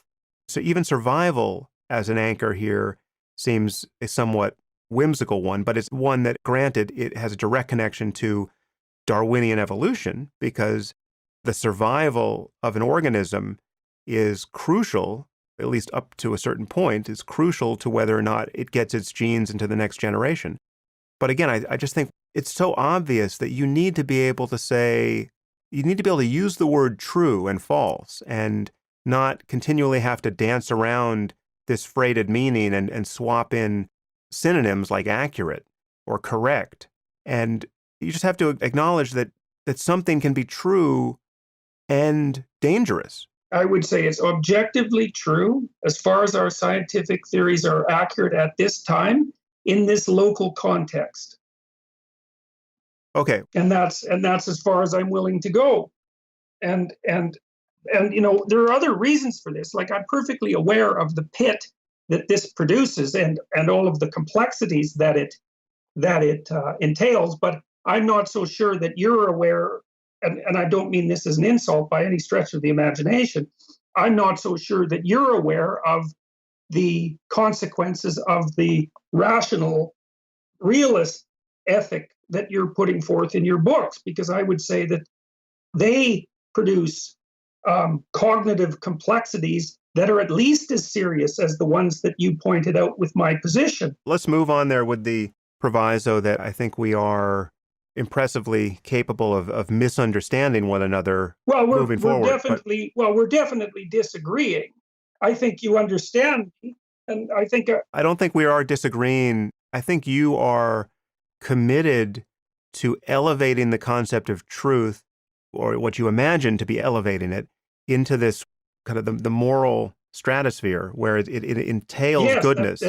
That is precisely and exactly what I'm doing. There's no doubt about it. But the problem with that is that then it makes it very difficult to talk about ordinary truth claims and to acknowledge that now you have a situation where your conception of factual accuracy either has to completely break apart from your conception of truth, or it itself is continually vulnerable to changes in human history, which could happen in a million years. When do we finally get to cash this check epistemologically? Let's say we survive for 1,000,000 years. I don't know if we ever get to cash it. That's the problem with the Darwinian perspective, is that you're never right. You're only sufficiently right to go ahead. Okay, but all of those differences in sufficiency matter hugely, right? So if your kid gets sick and you go to the hospital and the doctor says, we have no idea what's wrong with your child, that's one situation, just a stark confession of ignorance, right? Now, for most of human history, there was obviously no hospital to go to. And if you had gone to anyone and said, why is my kid sick? You would get either a stark confession of ignorance or some crazy idea, the utility of which, psychologically we might want to debate, but it would have nothing to do with the biological reality of why your kid was sick. Now, that ignorance, through a lot of hard work, gets overcome in a very piecemeal way and to no one's real satisfaction yet. But there's no question that we have made progress in our conception of human disease. For instance, the germ theory of disease. Knowing something about that has been very useful. Now, sure, but along with that has come our ability to produce the hydrogen bomb and the birth control pill and all sorts of other things that could easily be fatal. If somebody writes down a 100-digit number in front of you and it ends in a 1, and they say this number is prime, and what is more, it's the largest prime number any human being has ever consciously beheld, right? That is either true or false, and its truth or falsity has absolutely nothing to do with the ultimate survival of the species or your personal well-being. I know, that's what you think. I understand that perfectly well, but I don't agree. But your non-agreement hasn't... I would say it's sufficiently true for all likely contexts that are to arise in the next while. But the problem is that it's based in a metaphysics that might be fundamentally flawed in a way that we don't know, that would turn out to be extraordinarily dangerous. Jordan, it could continually change because, again, this check never gets finally cashed unless everyone dies. I know. Well, that's part of the Darwinian problem. Imagine riding these waves where the society becomes better and worse and better and worse and then much, much better and then much, much worse, all with this prime number claim running right through it, right? On the upslope, you'll say, oh, it's looking more and more true. It's looking more and more sufficient. And then on the downslope, you'll say, oh, that's fatally flawed. There's a lot we weren't considering. No, you'd have to draw a causal connection between the two. Like the relationship between that tiny little claim and the total underlying metaphysic is pretty tenuous. And so I'm not going to, act as if a claim about a particular prime number is the causal fact in rising civilizations up and down. I'm not making that claim. I'm making the claim that there's a metaphysic underneath that claim, and it could well play a causal role in those rises and falls. But it doesn't play a causal role in adjudicating the question about whether or not that number is prime. Well, I suppose that's where we get back to some degree to the problem of Rorty and these language game issues. Is like there's some rules that the game of prime numbers follows. We'll call it a game. And according to the rules of the game, that is a reasonable move. And that's kind of how Wittgenstein conceptualized the meaning of words. He thought about those as tools. And so I would say, well, if I accept the underlying claims of the mathematical game in which that's a reasonable proposition, then yes, that's true. It's the only way you can talk about a prime number. And sure, that's fine. And it might be useful to talk about prime numbers. But that doesn't necessarily mean that they're true in the way that I'm defining truth, which you already pointed out is associated with something like wisdom or goodness.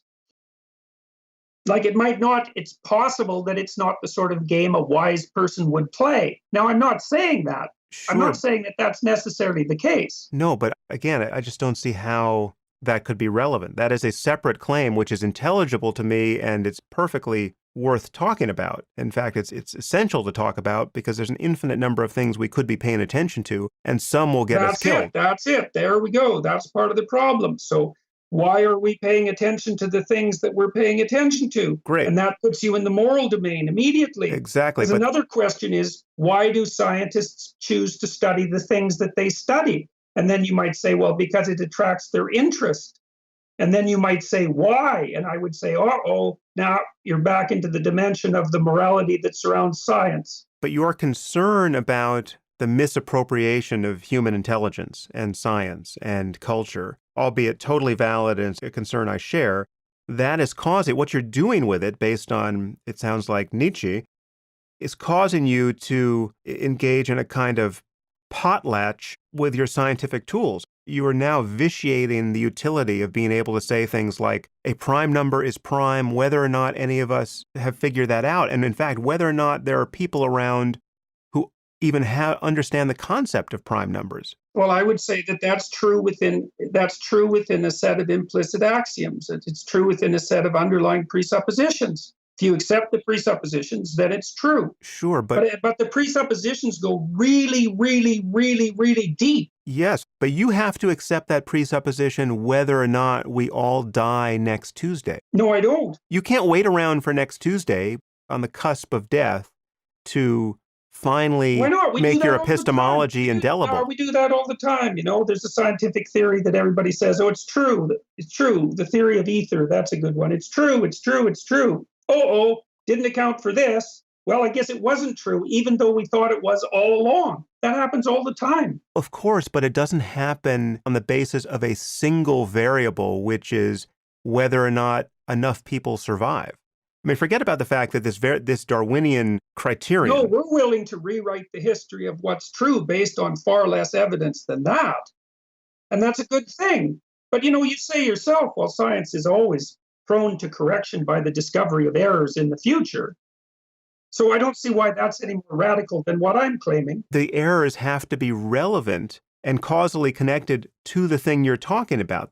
Our mere survival, and again, there are vagaries here. Then the question is, as I said before, survival for what? If you're surviving only to be immiserated, we could call that into question. But then there's the question of whether enough people survive, right? So like how many deaths would begin to erode our confidence in the primeness of a given number, right? 500 years ago. You're forced to rewrite our intellectual history based on a single criterion, whether it terminates in bliss or death.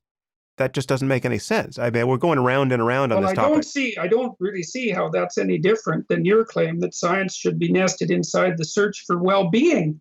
Now we will move on to that because I think, okay. I know you want to get there, but I just need to plant a flag here. I think many people listening to this, I'll be interested to see if people have a similar reaction here, but I would expect many people will share my frustration that you're not granting what seem to be just fairly obvious and undeniable facts, and now we're having to use this concept of truth in a pretty inconvenient way, right? Because I don't see how anyone's going to think that it makes sense that. No, look, fine. Of course, it's going to be controversial. I mean, the claim I'm making is that scientific truth is nested inside moral truth, and moral truth is the final adjudicator. And your claim is no, moral truth is nested inside scientific truth, and scientific truth is the final adjudicator. It's like, fine, those are both coherent positions. But yours actually isn't coherent because you're then having to, once we get into the fine print, you're having to say, well, of course, all of those micro instances, the billions upon billions of which can be cited, don't get changed based on whether or not we survive. You seem to be having it both ways. I point you to a micro instance, you say, well, that's just a micro instance isolated from everything else. But the moment I connect it to everything else, you seem to suggest that it's going to change. But the mechanism by which it would change, I mean, there is no causal connection between. Well, let's look at it this way. So let's take the Irish elk as an example. So one of the things that happened to the Irish elk, we think, because he went extinct, was that sexual selection sort of got out of control and the females fixated on antler width, and the poor damn elk ended up with like a 12-foot rack. And that didn't, this is obviously a post hoc theory, but sexual selection can account for runaway transformations like that. And the poor elk got a rack so big that it really wasn't commensurate with his survival. Although then we might say, well, I guess there was something wrong with what the female elk decided to focus on, but we didn't really know that till we went extinct. And I see that as precisely analogous to the point that I'm making right now. We're concentrating on certain things in a certain way, and it's a scientific way, let's say, which is flawed and insufficient, although very powerful. And it needs to be subordinated to something else. Well, it must be, or it will be fatal. I can grant all of that. Again, there's certain ways of paying attention that are dangerous, right? There are certain things that we shouldn't be doing, which we're tempted to do. Right. And I think one of those things is defining the world as in a materialist, realist terms. I happen to think that. And I have my reasons. But this clearly, the utility, the pragmatism of behaving in certain ways or spending our time in certain ways or thinking in certain ways has to break free of a conception of whether or not certain things are true. That's the only way you can make a claim that there are certain things that are in fact true that are dangerous to know. There's no way for you to say that. On this Darwinian conception, you would just have to say, well, no, then they're not true. If they're dangerous to know, they're not true. But there's so much that is inconvenient about framing it that way. Yeah, I know that it's true. Of course there is. There are equal inconveniences with framing it the opposite way. We're not going to get rid of inconveniences. It's like, you're criticizing my perspective, and you're doing it quite effectively, although I don't think fatally, because I think my distinction between the micro situation and the metaphysics stands. But I would say that's not exactly the issue. The issue is, can you offer an alternative that has fewer metaphysical problems? And I would say no. I would say that your counterposition produces just as many annoying paradoxes and complexities as my position does. Certainly that remains to be discovered, but it's, again, this is no doubt a flaw of mine as an interlocutor, but this is the kind of thing that does just drive me nuts. And I just want to make one... Well, it should.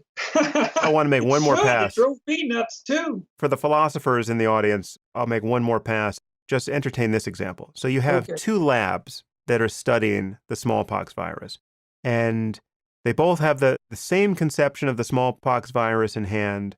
They both are working with the same tools. They've got the same physical tools, the same intellectual tools. One lab weaponizes it and kills 500 people based on some motive that we would obviously want to criticize. And the other lab creates a vaccine and immediately saves the same number of lives.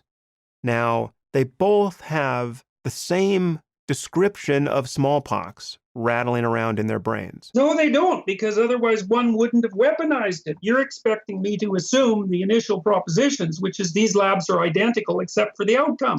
It's like, no, they're not identical, because the outcome would be identical then. So it's kind of like Joshua Green's moral story. I can fix this. Let's not go to Green yet. Then the difference between the two labs is not a difference in their motives, right? There's not good people in one lab and the opposite in another. There's just some trivial difference in their equipment or just good and bad luck, which causes one to accidentally let this virus leak out and kill people, and causes the other to successfully produce a vaccine. Whenever you ask members of these labs what smallpox is and what they're trying to do, they say the exact same sentences, but we have a different outcome. Okay, well, that's a whole different issue, though, because then they're not weaponizing it. They just made a mistake. Yeah, they made a mistake, but they were playing around with smallpox, and it was highly unpragmatic, given the fact that people immediately died. And if the other lab hadn't produced its vaccine, everyone could have died. So here we've got two linked conditions that share the same epistemology. They've got the same truth claims about smallpox. One is inadvertently killing people, highly non-Darwinian, non-pragmatic on your account. The other is saving people, and in fact is the only bulwark against the consequences of the ineptitude in the first lab, right? Okay, fine. First of all, I don't think it's a very good example because it only involves the death of a few people. But let me counter with a real world example. No. Don't change the example. Scale it up. Let's say they're killing half of humanity and the other lab is saving as quickly as they can the remaining half of humanity. Okay, well, what would happen? Give me your Sure. conception of truth to describe what's happening here. See, you're binding it again. And because you say, well, one is exactly the same as the other, except there's a snake in one. There was a hole in somebody's glove, right? Whatever. You could make it as Okay. trivial as you want. Sure, how about if we make it that the engineers didn't check the damn O-rings carefully enough, so the Space Challenger blew up? Okay, so what would happen in a situation like that? Well, what would happen would be that there would be a tremendous investigation into the cause of the error, and there would be moral, part of that investigation would be a moral investigation. Were people being blind? Were they being careless? Were they following proper procedure, etc.? So the first thing that would happen is that people would assume that there were genuine reasons in motivation that might have caused it. Now, they wouldn't have been among the scientists necessarily. They might have been among the equipment suppliers. And so we might say, well, maybe that piece of equipment happened to be made by slaves in China, and they weren't too concerned with its quality.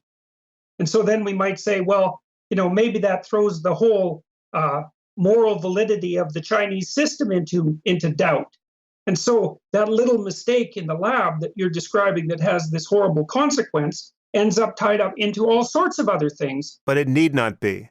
Grant me the possibility of a little mistake that allows for smallpox to get carried home on somebody's briefcase and spreads an epidemic. It's obvious that this is possible. This is the kind of thing well-intentioned people guard against working in those labs all the time.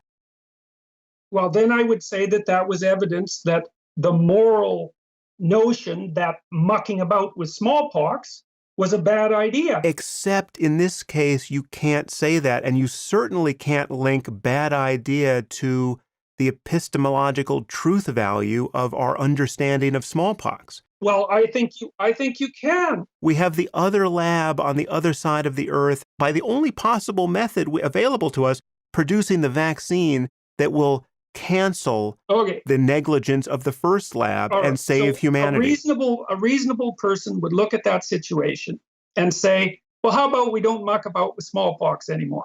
Despite the fact that we got really lucky and the errors and the benefits canceled one another out, it seems to anyone sensible that was pure damn fluke, roughly speaking, and the idea that we should be delving into that particular bit of knowledge is ill-advised. That's what would happen, and that's what I think about that example. Okay, but it was a fluke in both directions, right? Sure, but that just shows that messing about with the substance to begin with was ill conceived. Any logical investigator would immediately conclude that. It's like you're saying, well, from a utilitarian perspective, the net consequence was basically zero. So not that, but again, to say that it was ill-conceived is a perfectly intelligible and defensible thing to say, but that doesn't at all suggest that anyone in either lab was wrong about the physical character of smallpox. Right. And we need a conception of truth. They were wrong in a more profound way.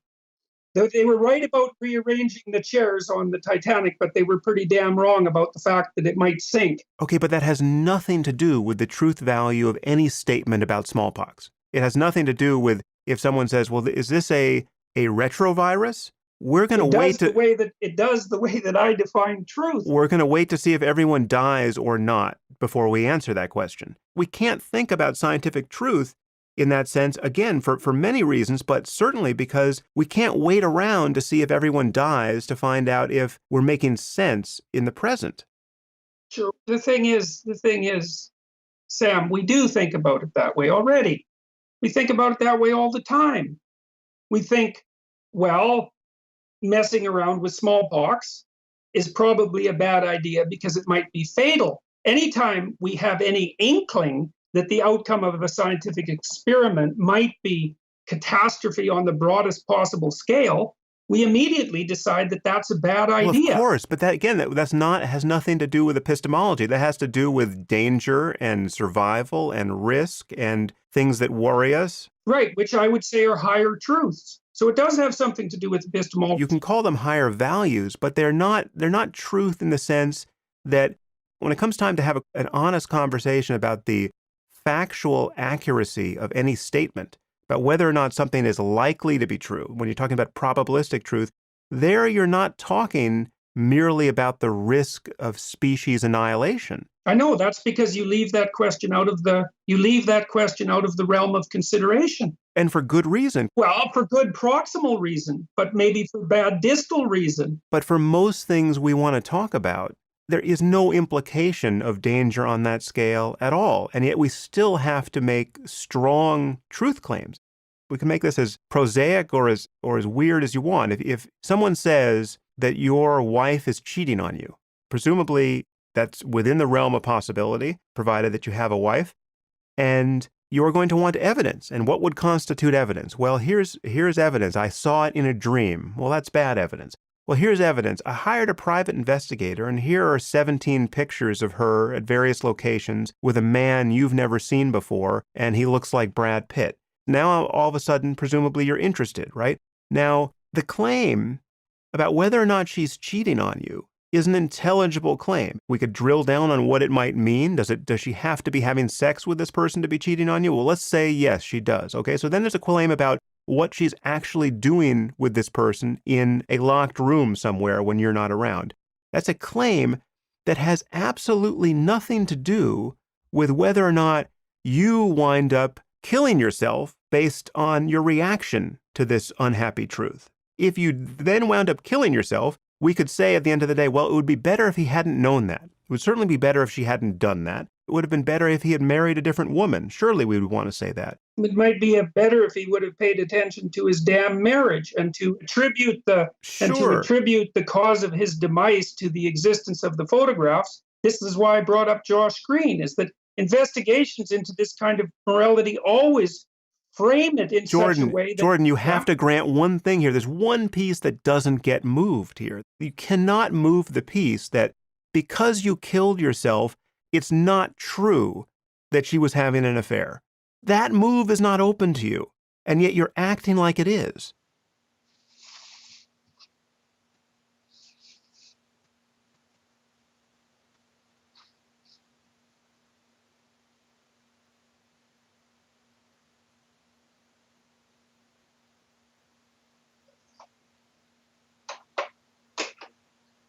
Well, I think we've been going down this road for so long that I'm not exactly capable of them at the moment of making the macro example leap, because you're making a case there that it's sort of quasi-associated with science. That's the photographic evidence and the realism that's associated with that. And then you're making the claim that, it's not true that she wasn't having an affair. I'd have to take that apart more. He killed himself. Like, you're throwing a lot of things into that example that I believe are contextually important to my unpacking the ethics behind it. Because you're equating the fact that she had an affair to him committing suicide, which, there's a whole backstory there. And it also depends to a large degree precisely on what you mean by an affair, which was something that you brushed over. So, you're acting. That's the problem with these damn micro examples, is that, and this is why I don't trust Josh Green's work. It's because you set up a narrative that's completely fictional, and you act as if each of the subcomponents of the narrative are isolated truths that have no external context. You say, well, the external context has no bearing on the issue at hand. And that's just generally not true. It has a lot of bearing on the issue at hand. Well, it bears on some of it, and there's other parts which it obviously can't bear on. Well, I'm just asking that you distinguish those two. Here's an example, man. I've been in courtrooms lots of times, say, with divorce cases, and the issue of what constitutes an affair, which you brushed over, and you said, well, it may depend on what kind of sex is going on, whether or not it's technically an affair. It's like, the photographic evidence of her in bed with another man would not necessarily be enough to convict her of having an affair in a court. You're assuming that the photographic evidence is prima facie evidence of the affair. And the way you're doing that is by No. circumscribing the definition of affair such that it fits with your notion of factual evidence. You might say, well, it's certainly the case that she was having sex with another man. Jordan, I'm just using it to demonstrate that it doesn't make sense to subordinate our conception of truth or the factual accuracy of any given description of reality to what happens perhaps in some distant future vis-a-vis the survival of anyone. Now, we can talk about the survival of people and of the species as our primary concern. That's a totally valid thing to care about. In fact, Why? there's very Why few is it things. valid? Why is it valid? If it isn't at the top of the hierarchy of truth claims, why the hell would you bother subordinating science to it? As you point out, there are things that are more important than understanding reality scientifically. Hey, great. That's exactly my point. You're not making that point by using this Nietzschean conception of truth. What you're doing is Yeah, making it very difficult to talk about facts. it's more of a Darwinian conception of truth than a Nietzschean one. I mean, Nietzsche just referred to it obliquely, but you just admitted that there are. But the truth is not even a Darwinian conception of truth. It's certainly not a Darwinian conception of Darwinism, because the truth value of a Darwinian description of biology is not predicated on any harms that may come on the basis of people thinking in those terms. That's an additional thing we can be concerned about. Sure. But there's a claim inside Darwinian thinking, which was recognized by all the pragmatists who were very, very smart people, that the truth metaphysic, there's truth metaphysic nested in Darwinian theory, which is that you don't have access to the truth, even if you think you have. The best you have are the truths that support the probability that you will continue with your existence and the existence of the species. And there is no truth outside that. And you're saying, yes, there is. There's a root.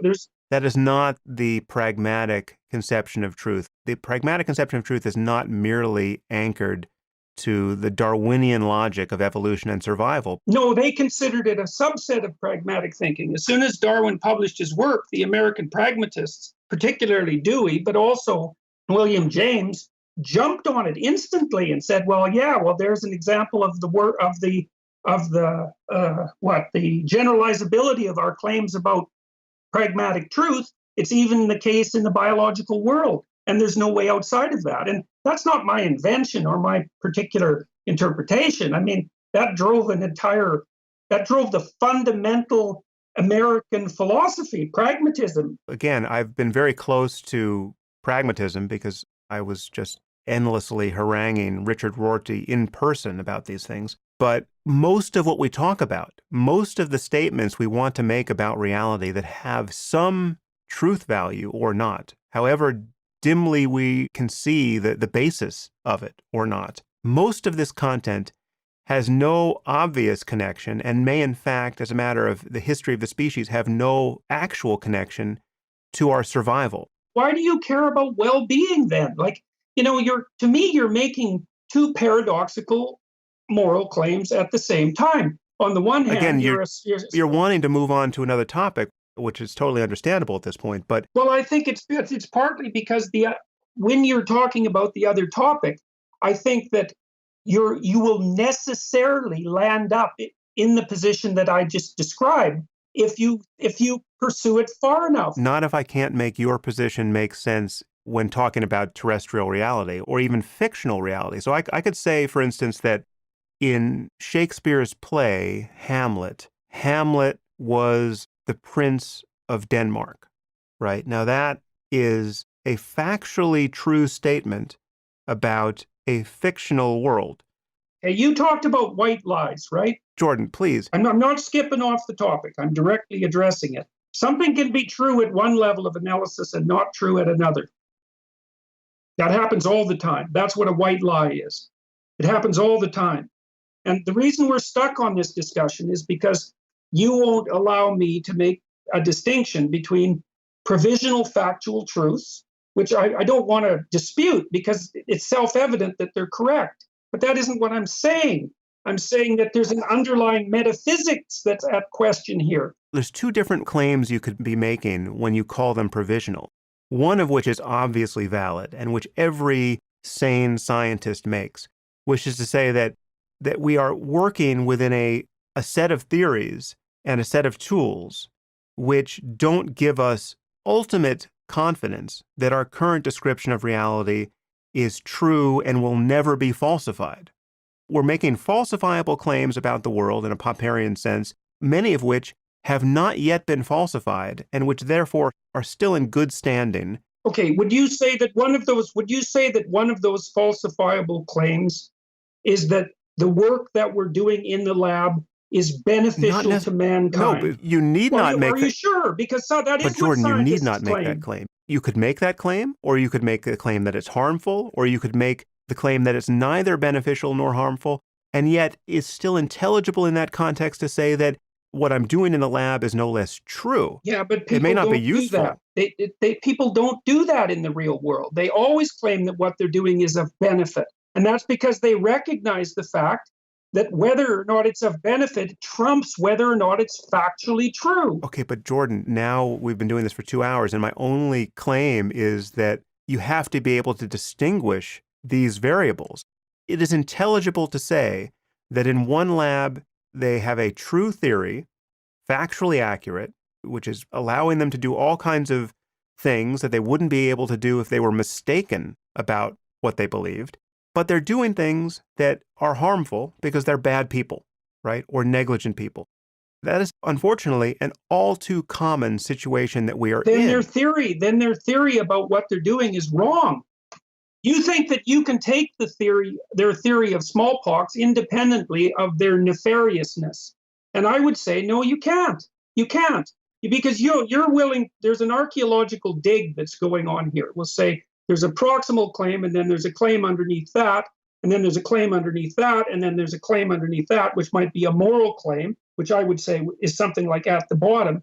And I would say, well, nefarious people can't have a truthful view of smallpox virus. It's not possible. And you might say, well, if you just parse out the little empirical description, it's identical to the empirical description of the benevolent person. And I would say, well, then you're just drawing your borderlines around your truth claim inappropriately. It's a matter of depth. We could make it even worse for you than that. We could make the lab of good people fundamentally confused about the nature of smallpox, right? So they're good people. We need to be able to talk about their goodness because they have good intentions. But when you actually look at what they believe about smallpox, it's wrong. Wrong by what standard? That standard cannot be their goodness. It can't be the survival of the species. It has to have to do with the details of molecular biology. If you put them in opposition to the lab of bad people who have an accurate, that is, true understanding of smallpox, again, the concept of truth floats free of anyone's intentions here. And it seems to me you have to grant me that. They just have an error. They just have an error at a different level of the archaeological dig. So they're good people, we'll say, but their proximal definition of smallpox is wrong. And that's also not from the Darwinian perspective. I didn't say that good people necessarily always make good decisions. I never said that, or that being good necessarily provides you with... Let's make these the perfectly good, wise people who would make good decisions with an accurate understanding of smallpox. It just so happens, however, that they're bad biologists. Again, the crucial thing is that you need the conceptual tools to be able to make these distinctions. Okay, then I would say that the probability that they're perfectly good people and they're biologists and they're studying smallpox is so negligible that the example doesn't make sense. And this is the problem I have with these toy moral conundrums, is that you get to define the context of the conundrum and leave out what you want. And that makes it easier to win the argument. But they're not real. I've dealt with people in real world conundrums a lot. And the first problem with a real world conundrum is it's damn near impossible to define it. You have to dig and dig and dig and dig and dig. So you have pictures of your wife having an affair. Okay, so fine, no problem. So then I spend like 2 years digging into the situation, and I find out that to call what she did an affair, given your behavior in the entire 10 years beforehand, is such a perversion of the truth that it makes your photographic evidence not only irrelevant, but positively malevolent. So it's not that easy. Again, It's you're just not that easy. you're seizing upon superficial features of my example that don't actually change the significance of the example, at least from my point of view. Jordan, this is what I'm tempted to do at this point. Because now I'm, as a podcast host, I'm worried about the end product here and about the patience of our listeners, a vast number of whom really want us to talk about these things. I think what we should do here is pause. You and I have had a 2-hour plus conversation about epistemology where we seem to differ. I still can't convince myself that when push comes to shove, we really have a different conception of truth here. I feel like you are committed to playing a language game by certain rules of your own design here, which are not helping you achieve clarity with an interlocutor like me or anyone else on this topic. It's going to be hard to talk about the connection between scientific truth and moral truth, which I know you want to talk about and I want to talk about, but I'm not going to be as good as I should be going forward if we just start from this place and log another 2 hours. And I know we're not going to have an audience that wants to listen to a 4-hour podcast when we're at the 2-hour mark here. So what do you think about this plan? We break here, we release this conversation. One thing that will be interesting for me is if anyone can point out to me what I am missing about your argument thus far. Because you are reacting to me like there is something you are saying that makes sense that I'm not seeing that does actually nullify the import of the kinds of toy examples I have been putting forward. And I don't see it. If there can be a Reddit thread that performs a post-mortem on this that shows me how I'm wrong, I would love to see that. I will read it and I will take instruction from it and I will come back to a second conversation with you, duly chastened, and revise how we proceed talking about this. But yes, well, I might emerge duly chastened as well, but because I think we're differing on something fundamental. But let's crowdsource this because I'm not following the plot here, if in fact that's true. So with your permission, I recommend we pause here. We release this to our mutual fans. They do a crowdsourced postmortem on it, and then we see where we are. I think that's a fine idea. Okay, awesome. Yeah, absolutely. Because I know there's no sense. Well, we're circling the same territory, and taking aim at the same problem from different angles. And it's the question is obvious to me. It's obvious that we're approaching this from, I would say, almost different ontological perspectives. Now, the possibility is that there's something just flawed with the way that I'm setting up this argument, or there's something flawed with the way that you're setting it up. Although there's nothing incoherent about the way you're setting it up, but by no means. Part of it stems on how you're willing to conceptualize truth, and that. Well, look, man, it's no wonder we argued about that for 2 hours, because that's a really hard question. I don't think it's as hard as you're making it out to be. And I think that you'll be surprised if we moved into the other topic.